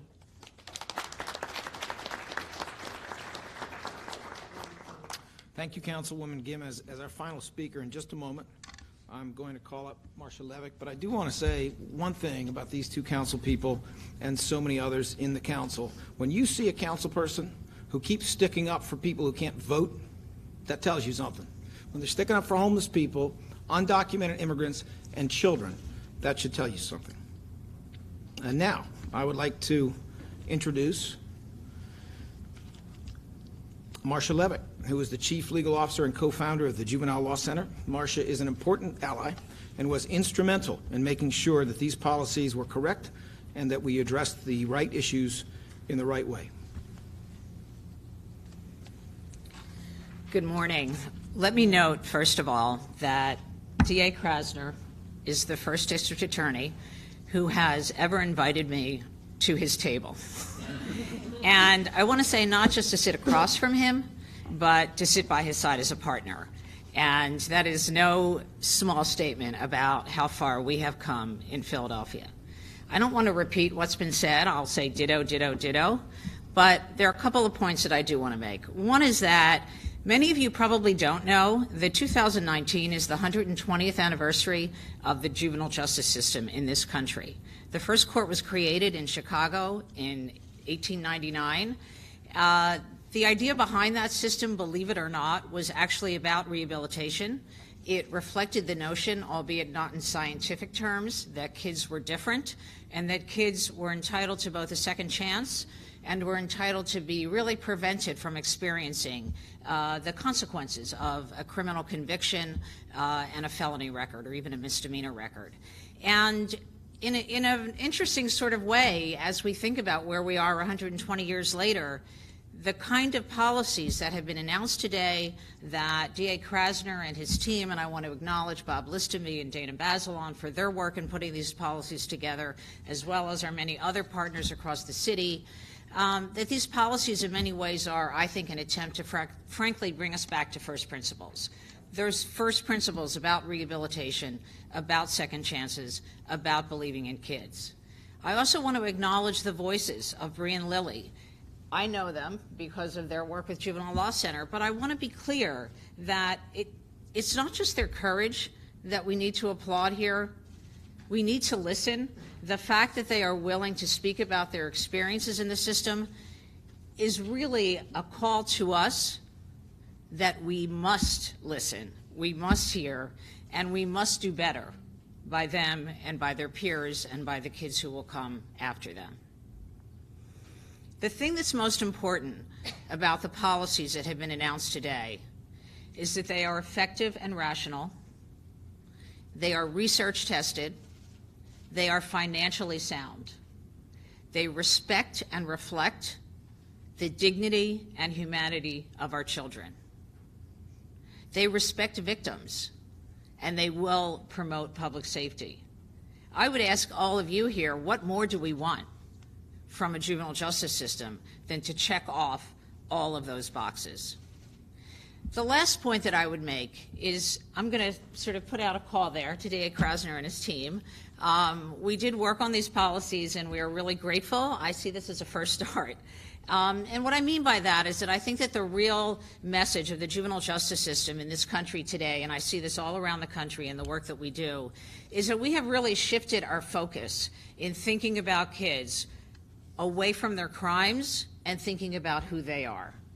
And so one of the important aspects of these policies in their first iteration is that we are focusing on kids who commit misdemeanors, kids who should never be in the juvenile justice system at all, truancy, technical probation violations, things that don't warrant our criminalizing this conduct. This is conduct that we can treat in our homes, in our schools, and in our communities. But don't forget about the kids who do commit more serious offenses, because the reality is that when I say that these policies are research tested, that we know that they will be effective, that we know what works, it's every bit as true for those kids who commit serious crimes as well. And I don't want to abandon them. I think we have seen in the remarkable progress we have made on behalf of youth who served mandatory life without parole sentences for homicides that they were convicted of as children, as more than 150 of them have come home into our communities. They are living safely. They are living productively. They have been reintegrated effectively into their communities, and I want our kids who commit serious crimes back in our communities as well. Thank you.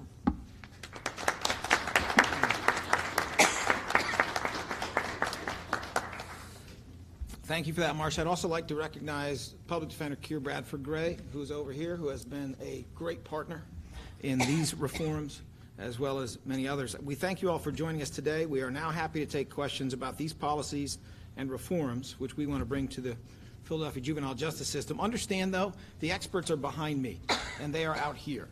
Yes, I've been in criminal justice for 30 years, but I'm getting way too much credit for people whose life's work and whose expertise has been in juvenile justice. So I hope that you will consider getting the real information from the real source.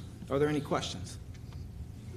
Racial prejudice plays a role in the failure of this system in that so many kids of color are in it and you elect mistreatment? My answer is yes, but I would like to ask Mr. Listenby to say more than yes. I think the answer is yes as well. And as a person who's worked on racial and ethnic disparities with the Pennsylvania Commission on Crime and Delinquency since 2001, 2002, this problem has been almost intractable. And it's time that we really come up with some serious solutions to address the problems. When former Deputy Commissioner Kevin Bethel's program went into effect, and he reduced the number of kids going into the juvenile justice system from 1,500 a year to 500 a year, thereby removing 1,000 kids from the system.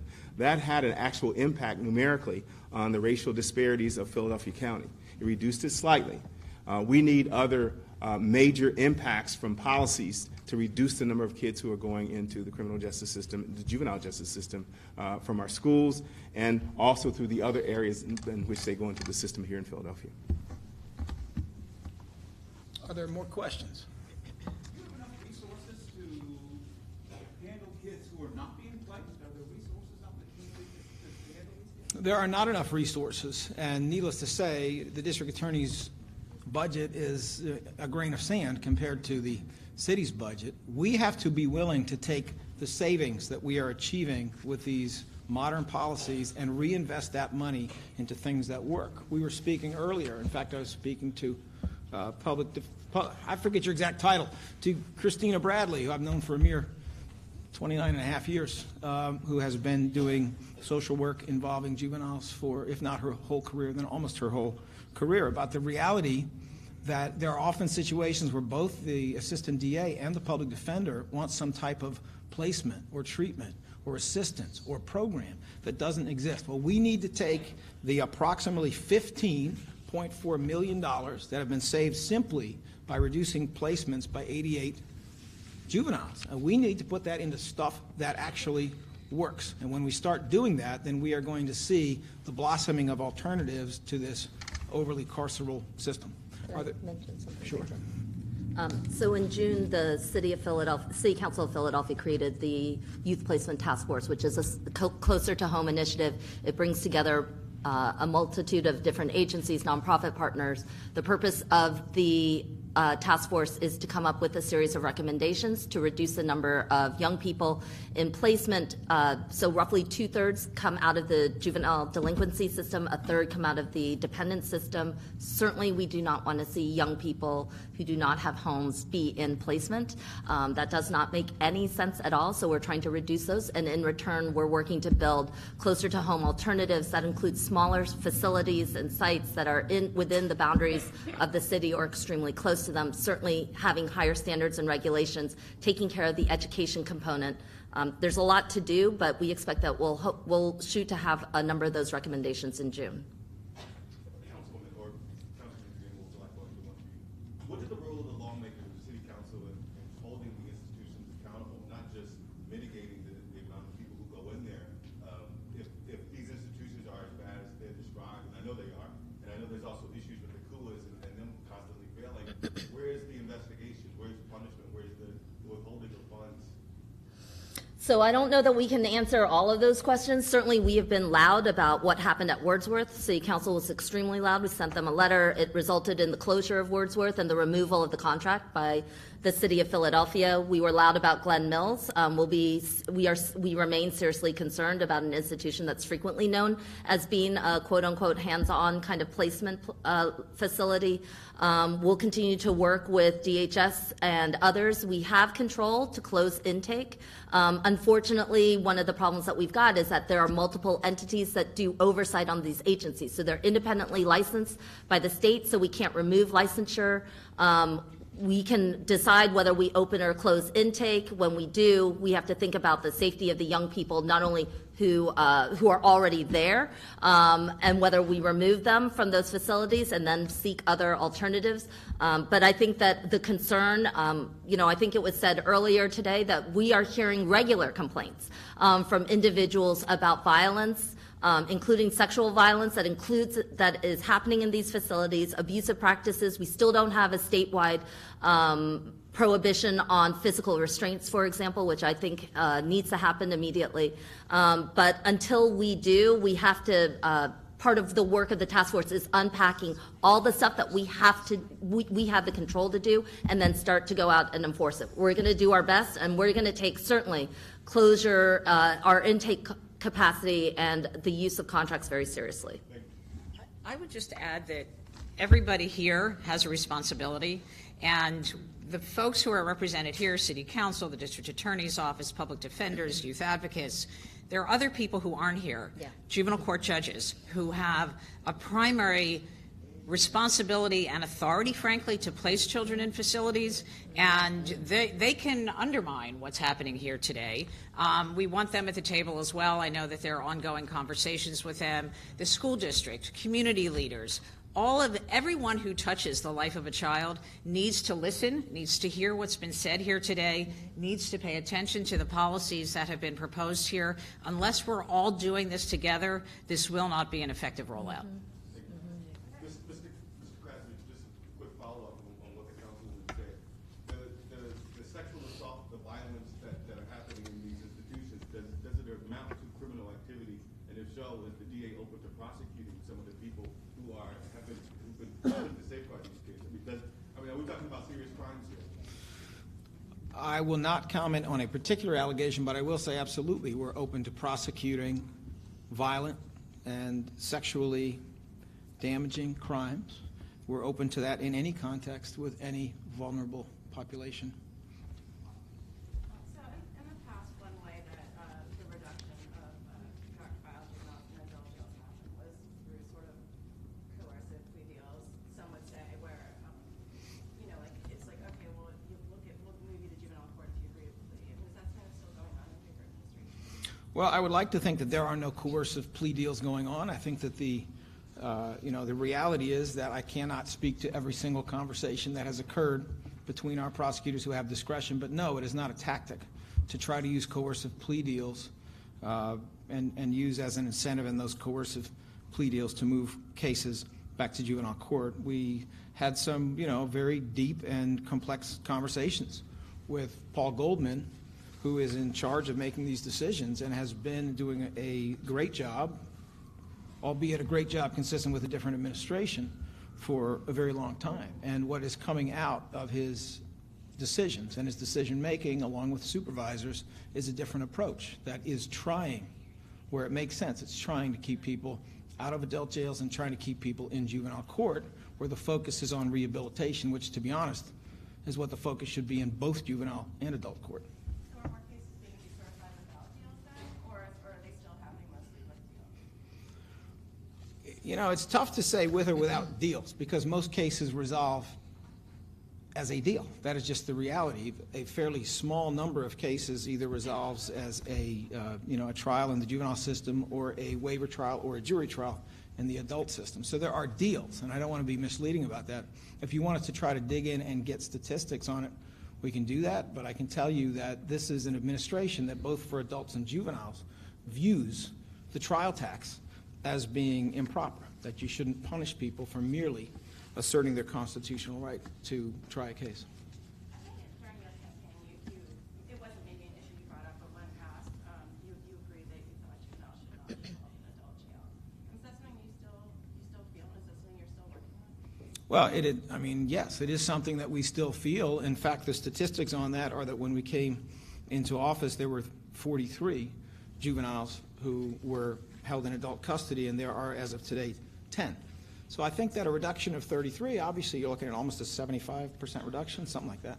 I think that speaks volumes about the individual justice that we're doing and how careful and selective we are about looking to see which juveniles can be returned. I mean, there's kind of a funny little anecdote here, which is at a church in Philadelphia, where the Reverend Damon Jones' pastor has been going up to this unit for years, and they've been going up to play basketball weekly with members of their congregation on the one side, and then with the juveniles who are housed in adult custody on the other side. Some of the kids play, and some of the kids are refs, and some of the kids are scorekeeper. Well, they're getting to the point where they don't have enough people up in county to do it. They're running out of people. And that's good. And it's not only good for the reasons I think we all understand, but it's good because even our federal government has said that holding them there will be illegal nationally within 18 months. So we're trying to lead rather than follow. We're trying not just to meet that deadline, but be well ahead of that deadline, and we look forward to working with other partners in that regard.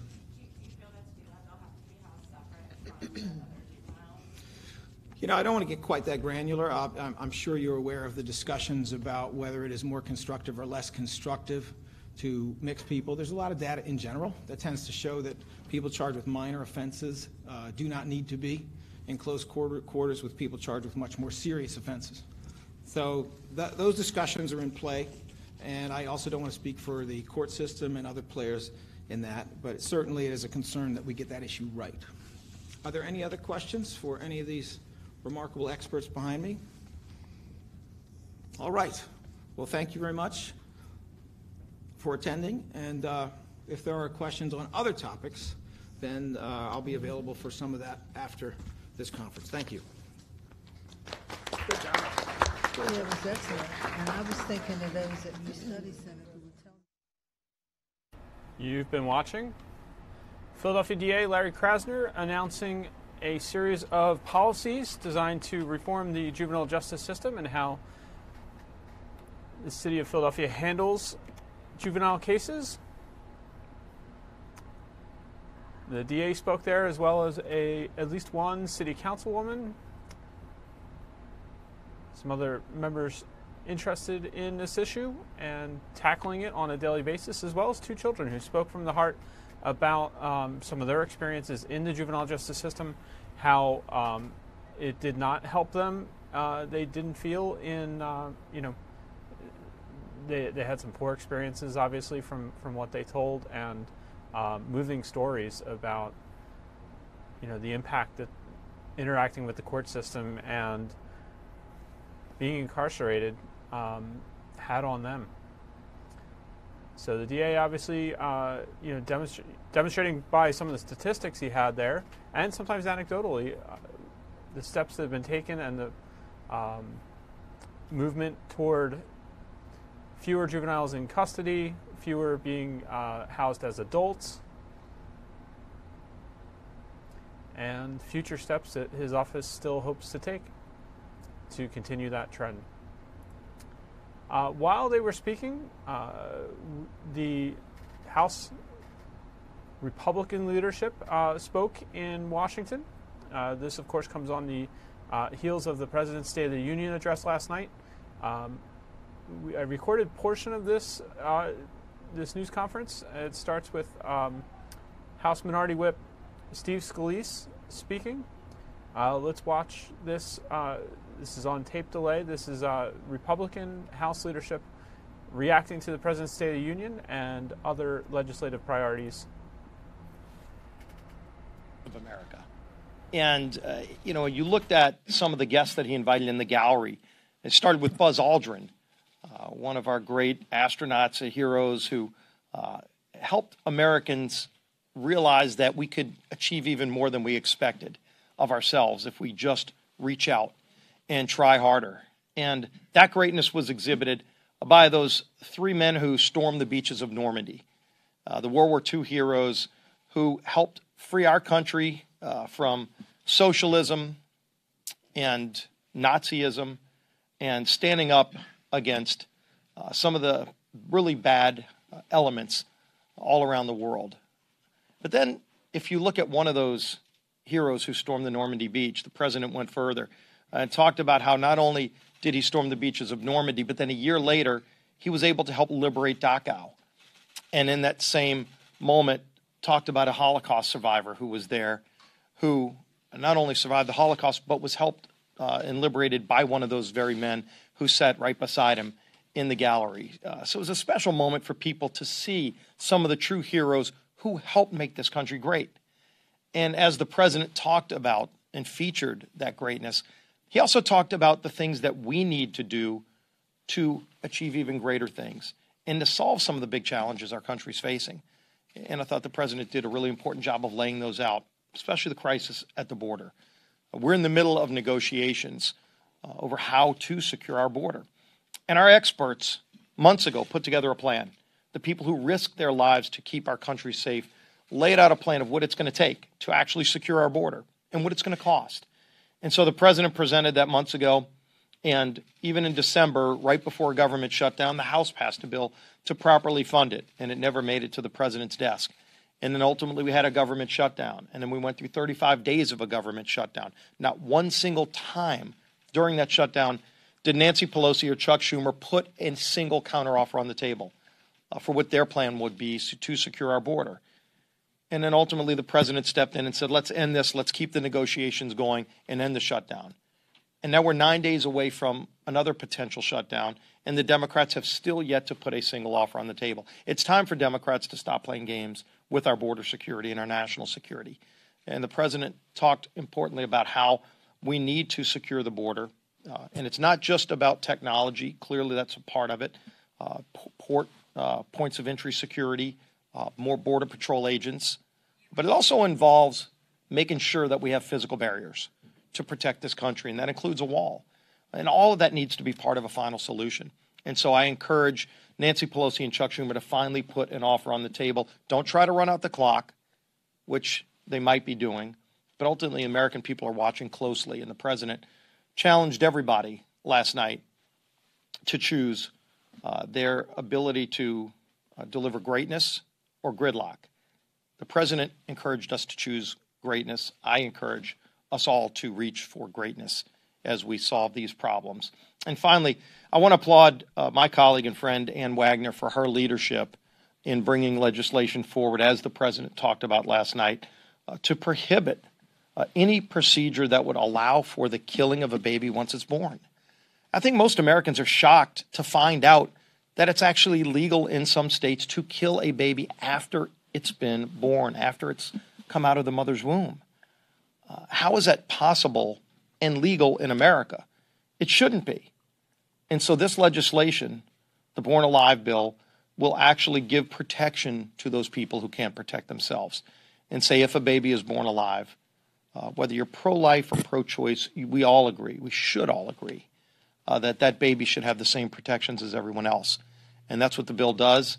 And we've worked together to have a rule that I'm going to be filing today to bring that bill to the floor for a vote, and ultimately to have a discharge petition where everybody can go on record. Every member of Congress ought to stand up and be counted on this important issue of defending life. And here's a case where we've seen some states say that they are willing to allow that baby to be killed after it's been born.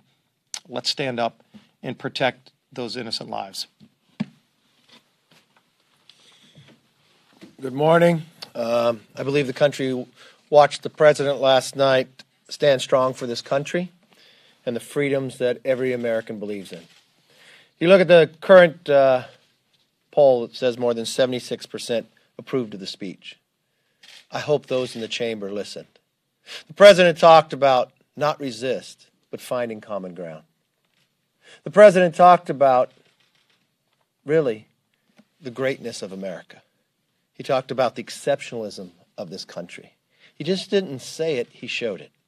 When you sat there and he introduced Herman, Irving, and Joseph, the World War II vets, on the introduction, when you watched them stand, the excitement, their hands pumping. They may be long in age, but they still wanted to stand for the country. The president also showed one about criminal justice reform, that we can find common ground together. And what are the results of that? The introduction of the two individuals. That yes, we're changing lives of this country. The exceptionalism of what we've been able to do in the past, but let's apply it to a changing future. That's why he laid out a case for legal immigration, making it even stronger and securing the border. We just have 2 weeks to go. A lot of that work needs to be done this week. I hope the same feeling that Americans had, that chamber has. that they will rise to the occasion, that we can find the common ground and solve this problem. I know, for one, the President wants to make it happen. Speaking to him today, he wants to continue the speech last night and the feeling and the atmosphere of what was inside that chamber. I applaud the President, applauding the Democrats for their win.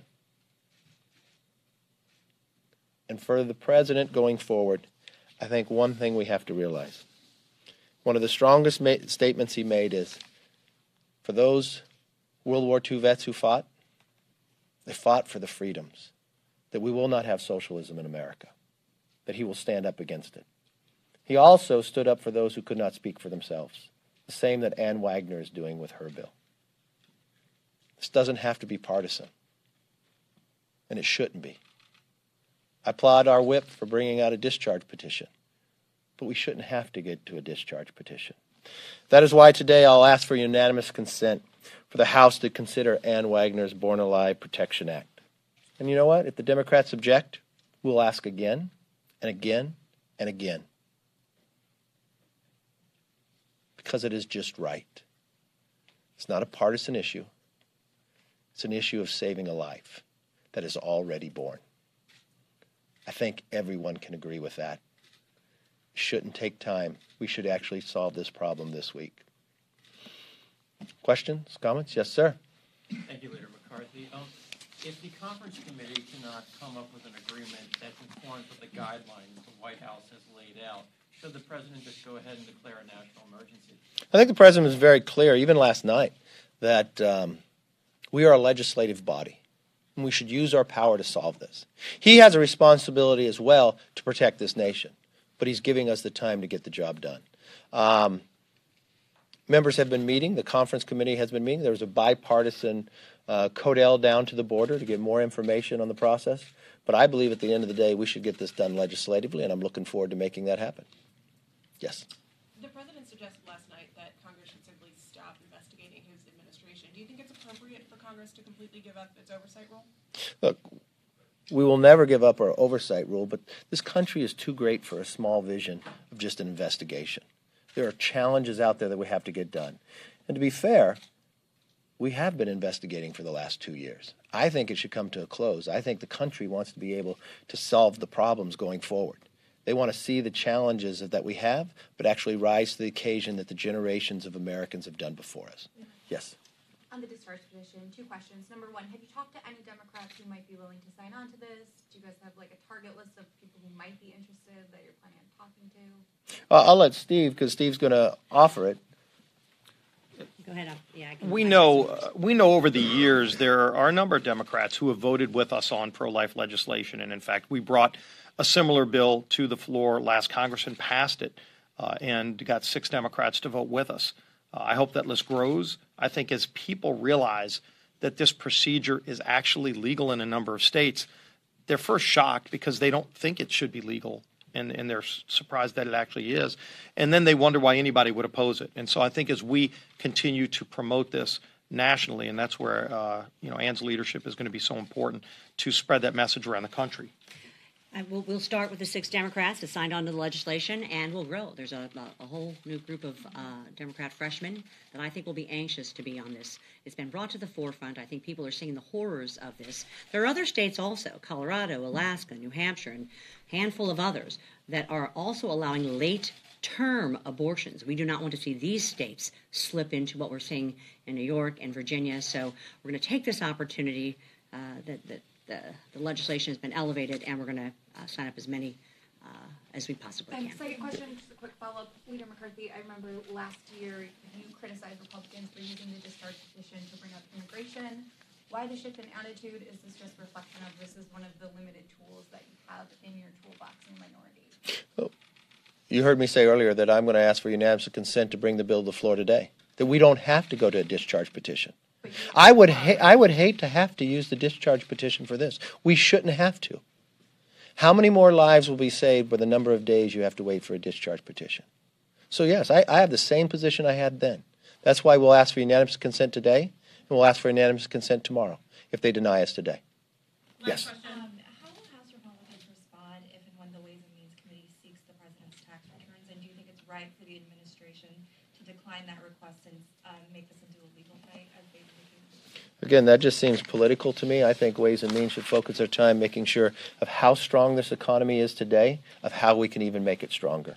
I think that's the focus that the American people would like to see going forward, and that's the focus we'd have as well. Thank you. You've been watching a news conference from House Republican leadership talking about some of their priorities and reacting to the President's State of the Union speech last night. Let's get you to some local news. Here's a shot of the Benjamin Franklin Parkway in Philadelphia.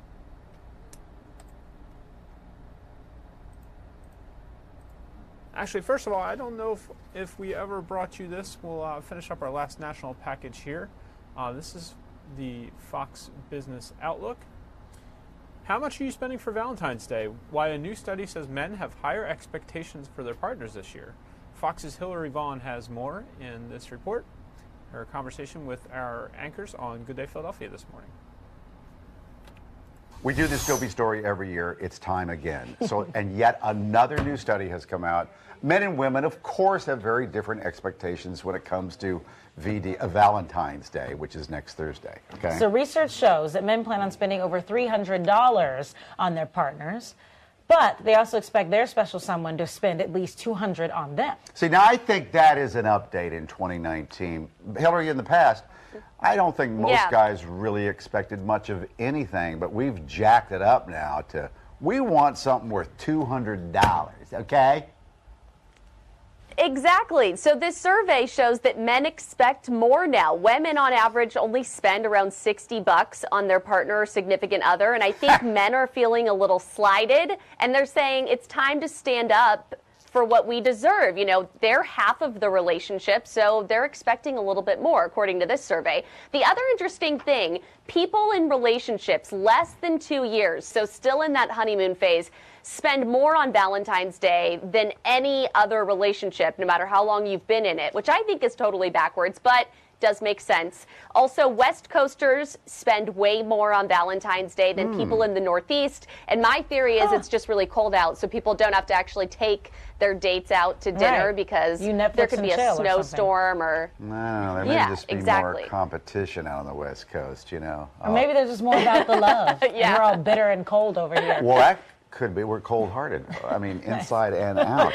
Cold-hearted, cold-blooded. Oh. Well, you know, I agree with you, Hillary. The more that you are in a long-term relationship, the love should grow, and you should go out of your way to take care of your mate. But isn't it really the opposite? In the beginning, you show out, and then as you get to know someone and been with them for a while, you're like, oh, they'll be all right. I'll get them some candy. I think that's right, exactly our point. Pick up some M&Ms at the gas station, put a bow on it, it'll be fine. That sounds like some, maybe something. Yeah, Hillary's done that before. Done that before. Mm-hmm. No, I think Sounds exactly like a what you're personal saying. experience. We have it backwards.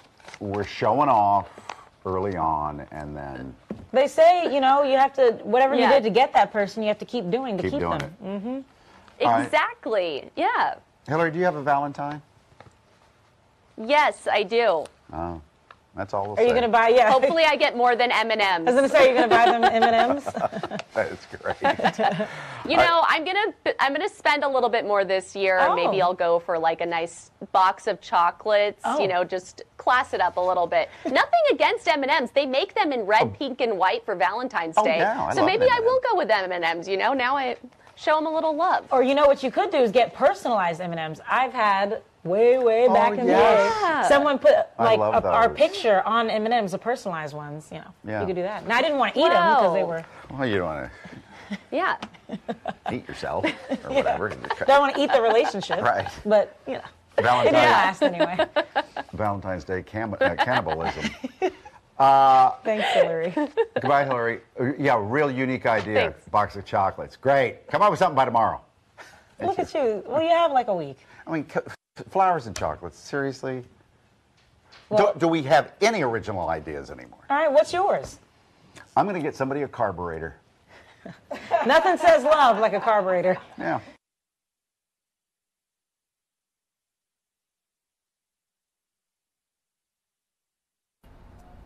That was Alex Holly and Mike Jarek talking with Hillary Vaughn from the Fox Business Network about Valentine's Day and gift giving and everything in between.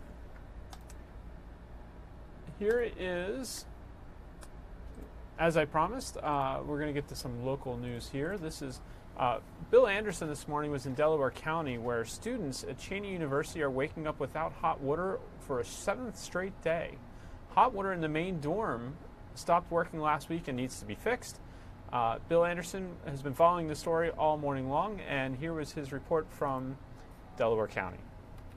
They keep saying as soon as possible. They keep saying the next day. But so far, no hot water as students are up and about this morning. There are a lot of trucks behind us that are doing some kind of work, but nobody is confirming that they are repairing the hot water. And they hope, as Cheyney has been struggling with a lot of issues over the years, students hope that maybe this hot water issue will be the thing that finally gets people more involved in talking about their needs. Now, the LLC, or Learning and Living Community Building, is where most of the students live. They've been without hot water since late last week, apparently because of broken hot water heaters that the university has been slow to repair, both apparently because of availability of parts and cost. What's interesting is that much as it was students who brought the lack of hot water to our attention, all morning when you speak to them, they're clearly frustrated, but they're not angry. They keep saying they take pride in attending the nation's oldest HBCU, so they want this issue publicized,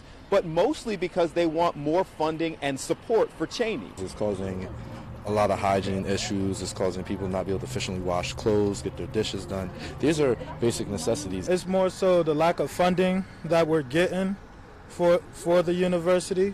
So like it's like the boiler is broken. So we're trying to make use of old things to fix it so we can have hot water. We as Cheyney University need the funding. We need the help to promote Cheyney, to help us to make the campus better. The issue is that we don't have the money to fix it. So how are we going to get this money? How are the students going to be able to take a shower efficiently in their own dorms that they pay for? Us as students need to start taking the stand to get the need and the funding for our university that we should already have been got. Now, we reached out to the president's office again. Still no response this morning, but there was a town meeting last night with students where they were told that the hot water would be on, say it with me, as soon as possible.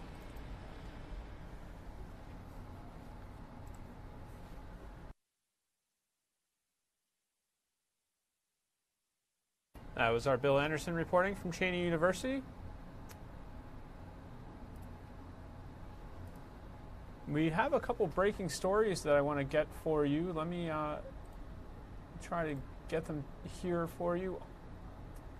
The first is that the U.S. Attorney's Office in the Eastern District of Pennsylvania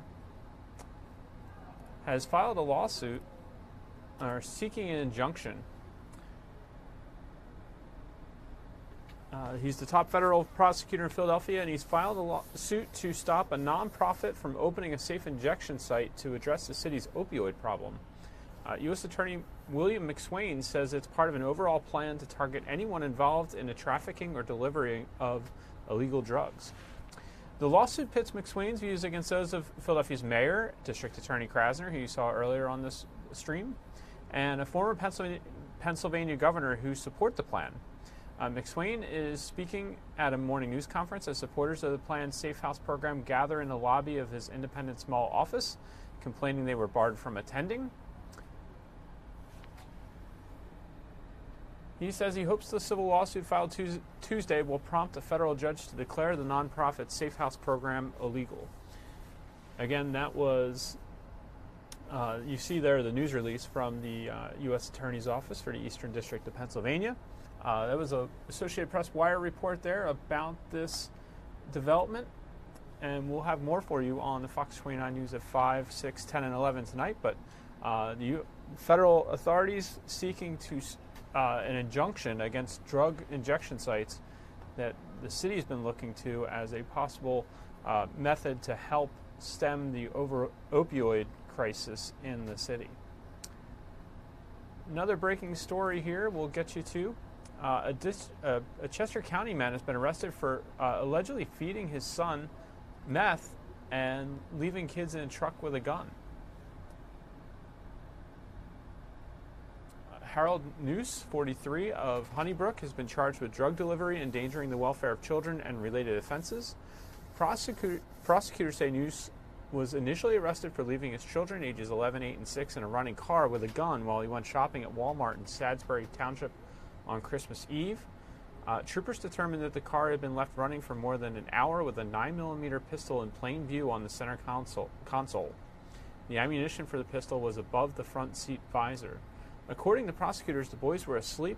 When the troopers woke them up, the boys stated they did not know where their parents were or when they would be back. Around 4:15 in the morning, Noose and his wife Brandy returned to the car and were arrested. The boys were turned over to family members. In a subsequent interview with detectives, one of the boys reported that Noose fed him crystal meth on at least 5 occasions, bringing him to a shed on their Honeybrook property and forcing him to stick a chunk of the drug under his tongue to dissolve. The child described the meth as looking like a weird gem, which is consistent with the appearance of crystal meth. The child also said the meth did not taste good, which is consistent with the bitter taste the drug leaves. Noose was remanded to Chester County Prison, where the bail was set at $75,000 cash. Of course, this is news released from news that has been released by the District Attorney's Office in Chester County. So we'll be following that case as well. And another one for you locally, this one just in, a New Jersey bus driver has been charged for watching porn in front of children, according to police. They say he was doing this. Frank LaFortune, age 64, of Burlington Township, has been charged with obscenity to minors under the age of 18 and released pending a court appearance.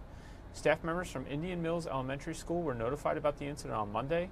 2 children informed their parents that they observed LaFortune watching the pornographic video on his phone before exiting the bus around 8:30 a.m. The bus was reportedly parked at the time. School officials notified law enforcement of the incident, leading to LaFortune's arrest. Again, those are charges being brought by police in Chemung Township, New Jersey. We'll continue to follow that story, and we'll have more tonight on the Fox 29 News at 5, 6, 10, and 11 on all of these stories. All of these stories also right now are posted to our website, fox29.com. And we have one more for you, this one even more recent. In Virginia, the state's attorney general now admits that he wore blackface at a college party. That's Attorney General Mark Herring. He admitted Wednesday to putting on blackface in the 1980s when he was a college student. Herring issued a statement saying he wore brown makeup and a wig in 1980 to look like a black rapper during a party as a 19-year-old undergraduate at the University of Virginia. This, of course, comes on the heels of the controversy over Virginia Governor Ralph Northam, who is a yearbook photo of, how do I describe this? In his yearbook from his medical school, there's a page with his name on it, and there are photos of an individual in blackface and another one, I believe it's in a Klan outfit. Northam at first apologized about it, then walked that back and is refusing to resign. As that's happening, word of a sexual assault allegation against Lieutenant Governor Justin Fairfax has surfaced. Fairfax completely denies that incident, but he's also going a step further, accusing some of Northam's supporters of possibly trying to smear him in an effort to keep keep Northam in office. And now on top of that, you have the state's attorney general admitting that he once wore blackface at a college party, coming forward to make that announcement. It appears he put a statement on Twitter. The Associated Press reporting this story, as well as I saw an alert come across from Fox News. And we have that story on our website as well, fox29.com. A few more local reports to get you to. Let's do this one first. And I'll build the statement here that I'll be reading from in a moment, if the system will cooperate. There is a patient being tested for Ebola at the hospital, University of Pennsylvania. Here's the statement.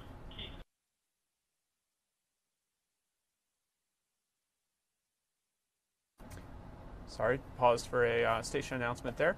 Here is the statement that's being made by Dr. P.J. Brennan at Penn Medicine's Chief Medical Officer.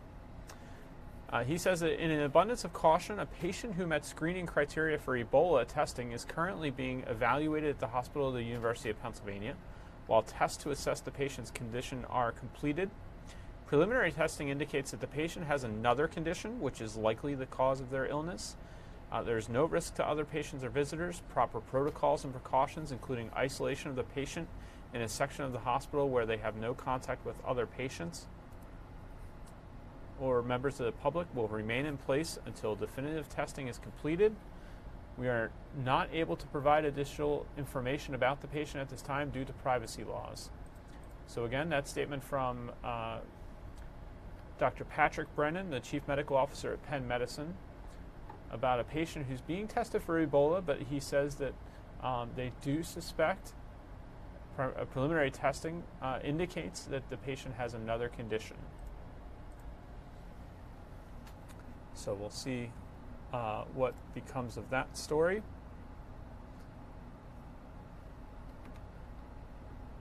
An update on a story that we had for you yesterday. Here's a video of a mother turning herself into police after her toddler ate heroin.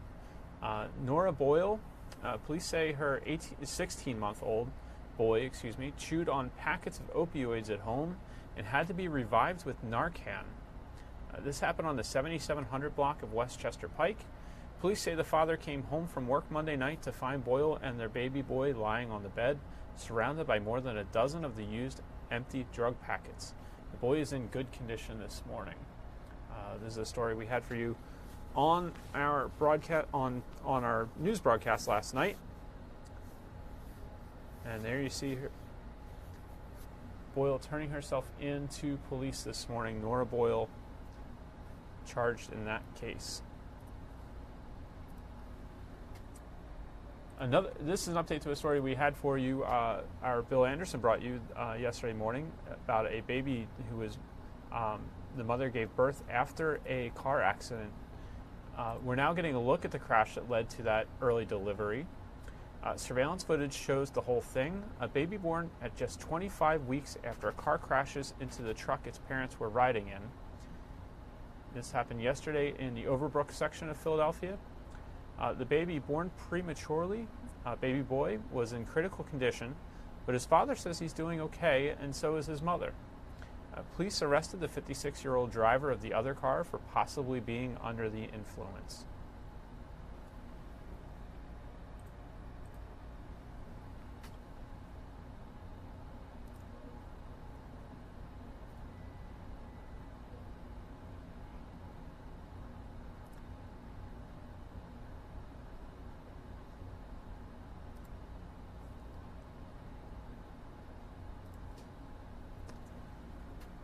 Move on to the next story here. Teaching LGBTQ history in school. It's now part of the law in New Jersey, but is it a good idea? This morning on Good Day Philadelphia, Mike and Alex heard arguments from both sides. New Jersey just became the second state in the country requiring schools to teach LGBTQ history to students. The new policies, which are set to begin in 2020, require students be taught the contributions of notable LGBTQ people throughout history. While many people applaud the passing of the bill, some are not in support of the law. So we're going to have a discussion right now. Joining me now, Trenton Mayor Reed Gusiora, who is one of the original sponsors of the bill, and Lynn Deo, president of the New Jersey Family Policy Council, who opposes the new law. And you're joining us via Skype, so thank you, Lynn. You're welcome. Mayor, I would like to start with you, since you are the sponsor of the bill. Why do you believe that this is necessary for the classroom today?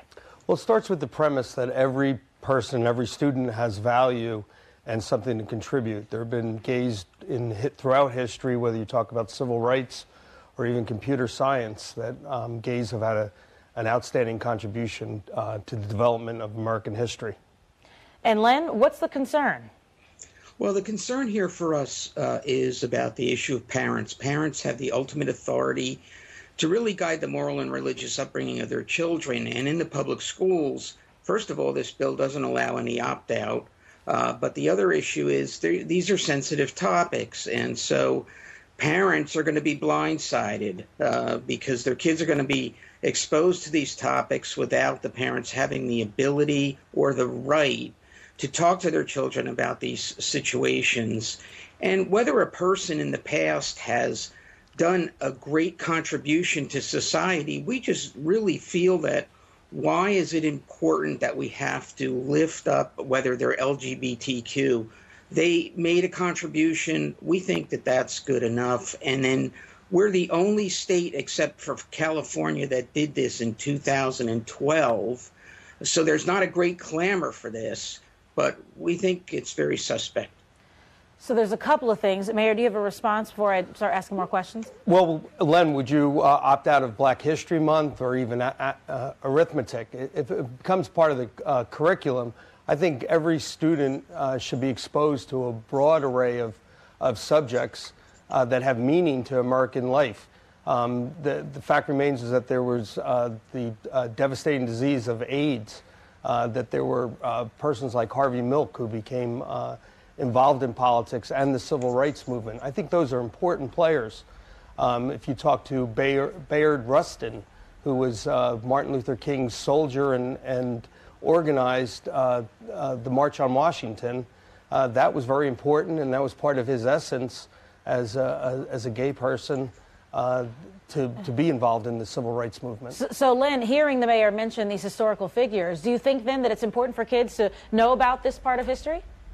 I don't really think that it's important that they know what their sexual orientation is. I think that's just going way too far. I mean, we don't talk about historically about people's sexual orientation or whether they were heterosexual or homosexual. I think it's really important that we do. And I don't disagree with the mayor that there have been contributions by men and women about issues that are important to our culture. And I think that's all we need to do. But aren't those two different things? If you're talking about people who have helped with rights, when people of the LGBTQ community, isn't that a little different than just saying, oh, someone identifies as gay or bisexual? Isn't it a little bit more than that? Because they're changing the course of history by allowing them to have more rights. Well, it's not the issue of changing the course of history. It's going back and revising history and what has been taught to our kids. And also the concept here, too, is that now there's a mandate for school boards to do this. So there's going to be great costs in turning over curriculums that are currently being taught in the schools and to these new curriculums. Now, Mayor, what he's referring to is the fact that each school board will decide for itself how that will be implemented into the classroom? Yeah, we're not taking away local control. But the other thing you have to consider is that as a teen, you're more likely to commit suicide if you're LGBT. And this is another way of reinforcing to LGBT youth who are susceptible to bullying that they do have a value, they do have a life, and that there are historical figures that just happen to be gay and that rose and above and did great things in life. And I think that's important, and it's very inclusionary and celebrates the diversity of life. Mayor Gussier, I want to mention this because Len brought it up earlier, but the fact that there is no opt-out, do you believe that there should be an opt-out for parents who feel maybe I don't want this to be discussed with my kid or because of religious beliefs, etc.? Sure, I wish there was an opt-out for math. I would have convinced my parents to get me out of that class.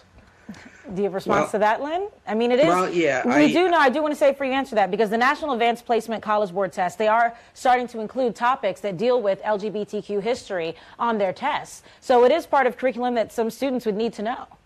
Right. I understand that. But again, I come back to the fact that, again, parents are being put in a position, the large majority of parents. And I know Mayor Gussier talked about the issue of bullying. New Jersey has the strongest bullying laws in the country, and it still happens every day. And so that is something that they have made progress with. And I think that when they talk about kids being bullied, I mean, kids are bullied for a lot of different reasons these days, and it is very dangerous. But I believe that one thing that's really important is that if the bullying is also part of this to try to resolve some of these issues, New Jersey's made great steps in that realm. Okay, well, New Jersey sounds like it's continuing to take steps. So I want to thank both of you because we've run out of time. Lynn Deo and Trenton Mayor Gus Ciara for talking with us today. And this is expected to be in the classrooms by 2020. So thank you so much. Again, the conversation there about teaching LGBTQ history in New Jersey schools. And Alex and Mike hearing from both sides there on that topic. We have another, this was an interesting conversation today, interesting find for this gem dealer.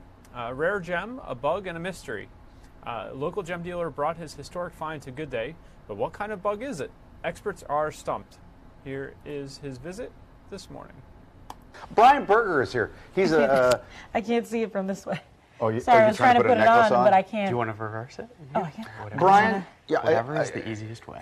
You're okay. a gemologist, right? I am, yes. But tell me how great a gemologist. You've got all sorts of degrees and everything? I have a bunch of degrees from GIA. I received a special award for GIA that only 5 people have received in history for excellence in gemology. Holy moly, and you live in our area. I do. That's the Gemological Institute of America, by the way, GIA.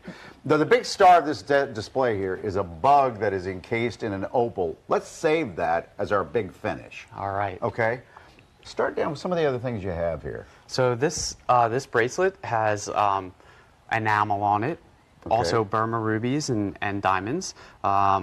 This one was supposedly made by Bulgari, very, very famous Italian jeweler.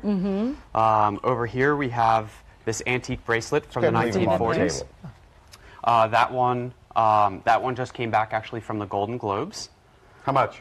That one's about $60,000. Do you know who wore it at the Golden Globes? I do, but I can't release that information because of our contract. Yes. Okay. The one you were trying to get on Alex there. This is a 100-carat aquamarine. Original, no treatment from the 1920s. It's a set in platinum. What would be the value on that, do you think? That one's a little over $150,000. Oh, Mama. Wow. Now, here's the gem that I just bought for Sue's ring that she's going to... It's one of my favorites is a canary diamond. This is a canary. Where would that be from, do you think? This one, probably from Africa, South Africa. Okay. This particular stone's about 20 carats. And what did I just pay for this morning? That one's a pricey one. That one's a little over $500,000. Yeah, well, Sue's worth it, certainly. Thank you. Yeah, so then what you getting me? Well, all I have left is maybe... a couple pennies. I'll contact my friends at QVC, the zirconium, whatever that's called. CZ. Look at that. What is that? So this piece was made by Frederic Boucheron. Whoa! Boucheron is a famous house in Paris. They've been in business since 1858. This particular piece was made by Frederic Boucheron himself in about 1890. Okay. Let's get to the big finish here because we want to know about this bug. All right. Is that opal in there? So that is opal. That is the only known opal. It's from the island of Java in Indonesia. Java. And that particular example has an included insect, so it's the only one known with that insect. It's so small. Let's put up a picture of it because you had a really good camera get in there with a macro lens. Yes. And there it is. Now we have a picture of it over here on the wall. So you stand on that side. The thing is, what is it? What is this leg-looking thing? So this particular example is something that is changing the way we think about gemology today. We know that opal is made of precious silica spheres that arrange themselves to create this play of color effect. How old is this thing? That is still to be determined. Billions? We just don't know at this point. But this is what opals normally look like before they get put in rings. Before they're polished and made into into But they don't a always have bugs in them, do they? This is the only one known with a bug. So. Well, wouldn't that just be a fossil of some sort? Well, there are opals with fossils. What is special about this one is the insect because it's changing the way we think about how opals are formed. Mm-hmm. Is that the head, you think? That's the head. That's the mouth. See the open mouth there? These are the legs. You can see like the fibrous structures. It's not just a cockroach? No. You don't think so? We believe that it's a bug that is not in existence today. It may be the oldest bug ever discovered. Come on over here. Wow. So this is going to go in a museum somewhere, isn't it? This will likely be on display in a museum. So you have the oldest bug in history in the Delaware that's now living in the Delaware Valley, so to speak. It is. That it is. You're freaky. This is pretty cool. I'll take that compliment, I guess.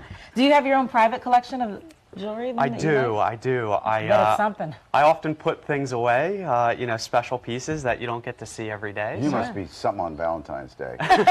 Which is coming up. What the heck is that over there? Look at that! Come on! There you go. That's one way to get rid of the diamonds. That's right. Yeah. Great to see you, man. Thank you. Thank you guys so much for having me. So Appreciate interesting. it. How do we get a hold of you if you want to buy something? You could visit my website, velvetboxsociety.com, or check out my Instagram, which is also Velvet Box Society. Velvet Box Society. Okay. Mike trying to slip away with some of the fine jewelry there.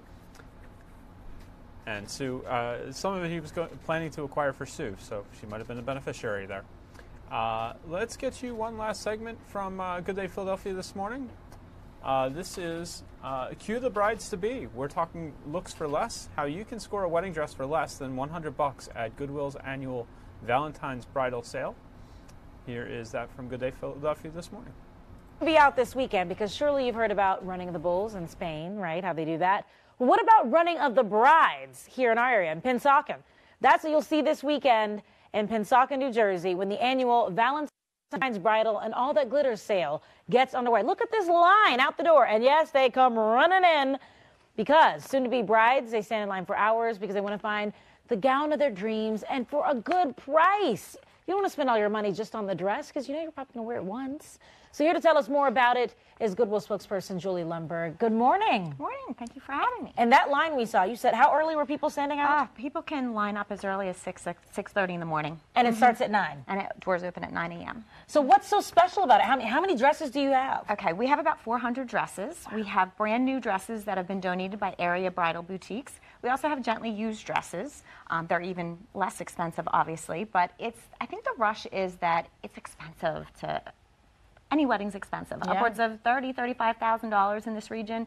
And here's a place where you can get a brand new gown, and the maximum price is going to be $299. And what's the cheapest gown you can get? The cheapest gown would be brand new, $99. Gently used gowns start at $49. Wow, it would save you so much money. Yes. So you're going to show us, because some of these are designer. Yes, absolutely. So let's take a look at some of these dresses. Okay, our first model is Kat. She's our marketing assistant at Goodwill. This is a beautiful, elegant gown by Casablanca. And take a look at the detail of this gown. I mean, it's just simply gorgeous. The light reflects it in different ways. It shimmers, lots of sparkle. The cinch at the waist makes it ultra flattering. Yeah. And if you flip around a little bit, it's a drop dead gorgeous look in the back too. Look at that back. So, I like the back. Take a guess the price of this. Again, Casablanca designer gown. How much do you think? How much? How much will you guys sell it for? Yeah. How much is it worth? Which one? How much we're going to sell it for on Saturday? I'm going to say, what, 100? $299. $299. But that's probably a $2,000 dress. Woo, you're saving money. That's great. Yeah. Thank you so much. And the accessories, you can see she has a tiara and we have all that kind of stuff. That's beautiful. Yeah. It really is. Okay, let's bring out the next dress then. Okay. And is it just bridal, or do we also have mother of the bride dresses and bridesmaid dresses? This dress could be a mother of the bride. It could be a destination wedding. Couldn't you see that on the beach or something? This is a beautiful Bill Levkoff dress. It's priced at only $39.99. I mean, it's just only $39? $39.99. Oh my goodness! I mean, look at it. It's beautiful. I think this is a multi-purpose dress. You could wear this and beyond is it a the wedding. halter? Do you want to move your hair a little bit so we can see? Oh yes, beautiful. Isn't that gorgeous? Yeah, I like the and way it's it comes a Bill up around the neck. Levkoff. That's a designer. You know, it's a designer dress. Oh, very nice. Okay. And we have one more. One more model. Oh, this is a mermaid dress. I love the mermaid shape. Beautiful. A little bit of an off-white. This is a beautiful gown by Michaela. It's a Canadian designer. This one's priced at $249.99. It's fitted at the waist and flaring out at the bottom. Got a bit of a flirtatious vibe to it. Again, the tiaras are going for about $24.99. Beautiful. Just all around beautiful look. I wanted to point out her shoes too, because these are Bagley Mishkoffs. Ooh. Okay, donated to us. We have a bunch of these, $29.99. $29 for Bagley Mishka? Oh my God, that's amazing. Yeah. Thank you. Okay, so I need all the tips on how to make this successful. So I should probably get there as early as possible. Right. Now, you have 400 dresses. Do you change the inventory the next day? Because I know it's 2 days, or is it all that first day, really? Everything is out the first day. So I Okay. tell people, you know, for the best selection, the very best selection, you want to come Saturday morning. Now, are there dressing rooms, or will I need to There be... are dressing rooms, but it's funny you should say that. It can be a madhouse. We tell people, you know, you might want to wear a bodysuit. Sometimes people are changing all over the store because it is a big rush in the morning. Yeah, you want to get If it you quick. want a more laid-back experience, you come later on in the day on Saturday or on Sunday. Okay, very nice. Any other tips you think people should know? I'm sure it's going to be a madhouse. Yes. Follow us on Facebook. We're giving previews all week. wonderful. And we have other things too. I mean, there's a flower girl dress here. It's priced at $12.99. So think about flower girls in your wedding as well, and all sorts of jewelry. Beautiful, beautiful costume jewelry. This is wonderful. So many brides are going to take advantage. They're coming to Pennsauken. You better get ready. We can't wait. And you know, most importantly, this is a fundraiser for Goodwill too. You know, Yes. it funds our job training programs for people with disabilities. So it's a win-win for everybody, truly. So let's see a final look at our beautiful models, our brides-bees, as we get ready. So remember, it's this Saturday and Sunday, and it starts at 9 a.m., but it 9 sounds like a.m. I'm going to get there a little earlier if you're trying to get the good deals. Thank you, ladies. We can't wait. Thank you. And thanks to Goodwill for putting this together. If you love Christmas... All right. Opportunity there, certainly for some brides-to-be to save, I think they said as much as $400. So I'm sure that will be a crowded event. Let's get you one last look at weather before we go. You see there is the system that will bring us our next batch of precipitation. Fortunately, it won't be wintry, but that could come next week. Here comes your weather look. There's a closer look at Ultimate Doppler. Some of that rain, as we mentioned earlier, moved through Lancaster, and now it's the heavier, thicker band there is starting to move into the western suburbs almost. Here's your current temperatures. 49 in Philadelphia, around there for most of the area. 40s in most places. 33 in Mount Pocono. Your northeast temperatures. They're at 60 in Charlottesville, 50 in Ocean City, Maryland that is. And you see 50s out to our west. Pittsburgh, warmer than Philadelphia right now. Clarksburg, 53. Cleveland, 52. But up north, some cold temperatures. Toronto, 28. Rochester, 31. Williamsport, Pennsylvania, only 36. Some 20s up in the northeast. And your national temperatures. Ranging from 5 below in Billings to 78 in Miami right now. Wind chill. Feels like 45 in Philadelphia right now. Mostly the 40s. 39 a bit cooler in Wildwood. 25 in Mount Pocono. We are cooler than we were yesterday. 9 degrees cooler in Philadelphia at this time, at this hour. 19 degrees colder in Mount Pocono right now than yesterday. See those winds? Mostly light. No gusts really to speak of.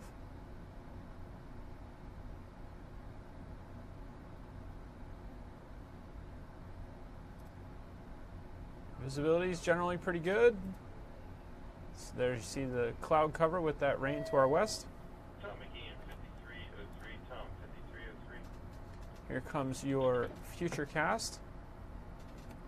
See, it's going to be raining pretty heavily across the area around 9 o'clock tonight. A little heavier even later. And then a lot of that's out of the area, except for maybe South Jersey and Delaware there, around 5 a.m. Here's your long range. See it moving through out of the area, and then here comes the next batch. Thursday night into Friday. And it's looking like a dry weekend. Cloud cover moves in Monday. National setup.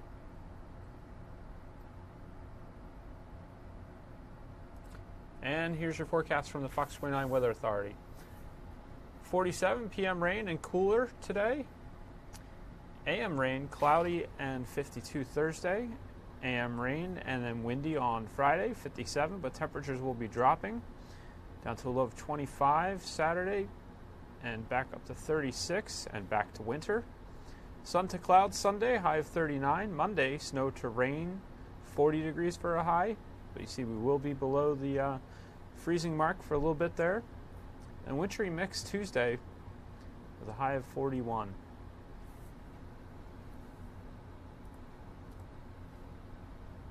I want to thank you very much for joining us today on Fox 29 News Now. We're with you weekdays after Good Day Philadelphia at 10 a.m. Check our website anytime for updates, fox29.com. You can also download our news app and our Weather Authority app. Both of them are free. It'll give you both the latest stories. Make sure you allow notifications to get either the latest news alerts or weather alerts, depending on which app you're using, and access to our latest forecasts.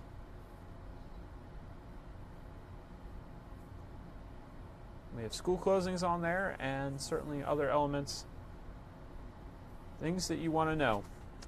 Thank you again for joining us. Have a great rest of your Wednesday. We'll see you back here tomorrow morning.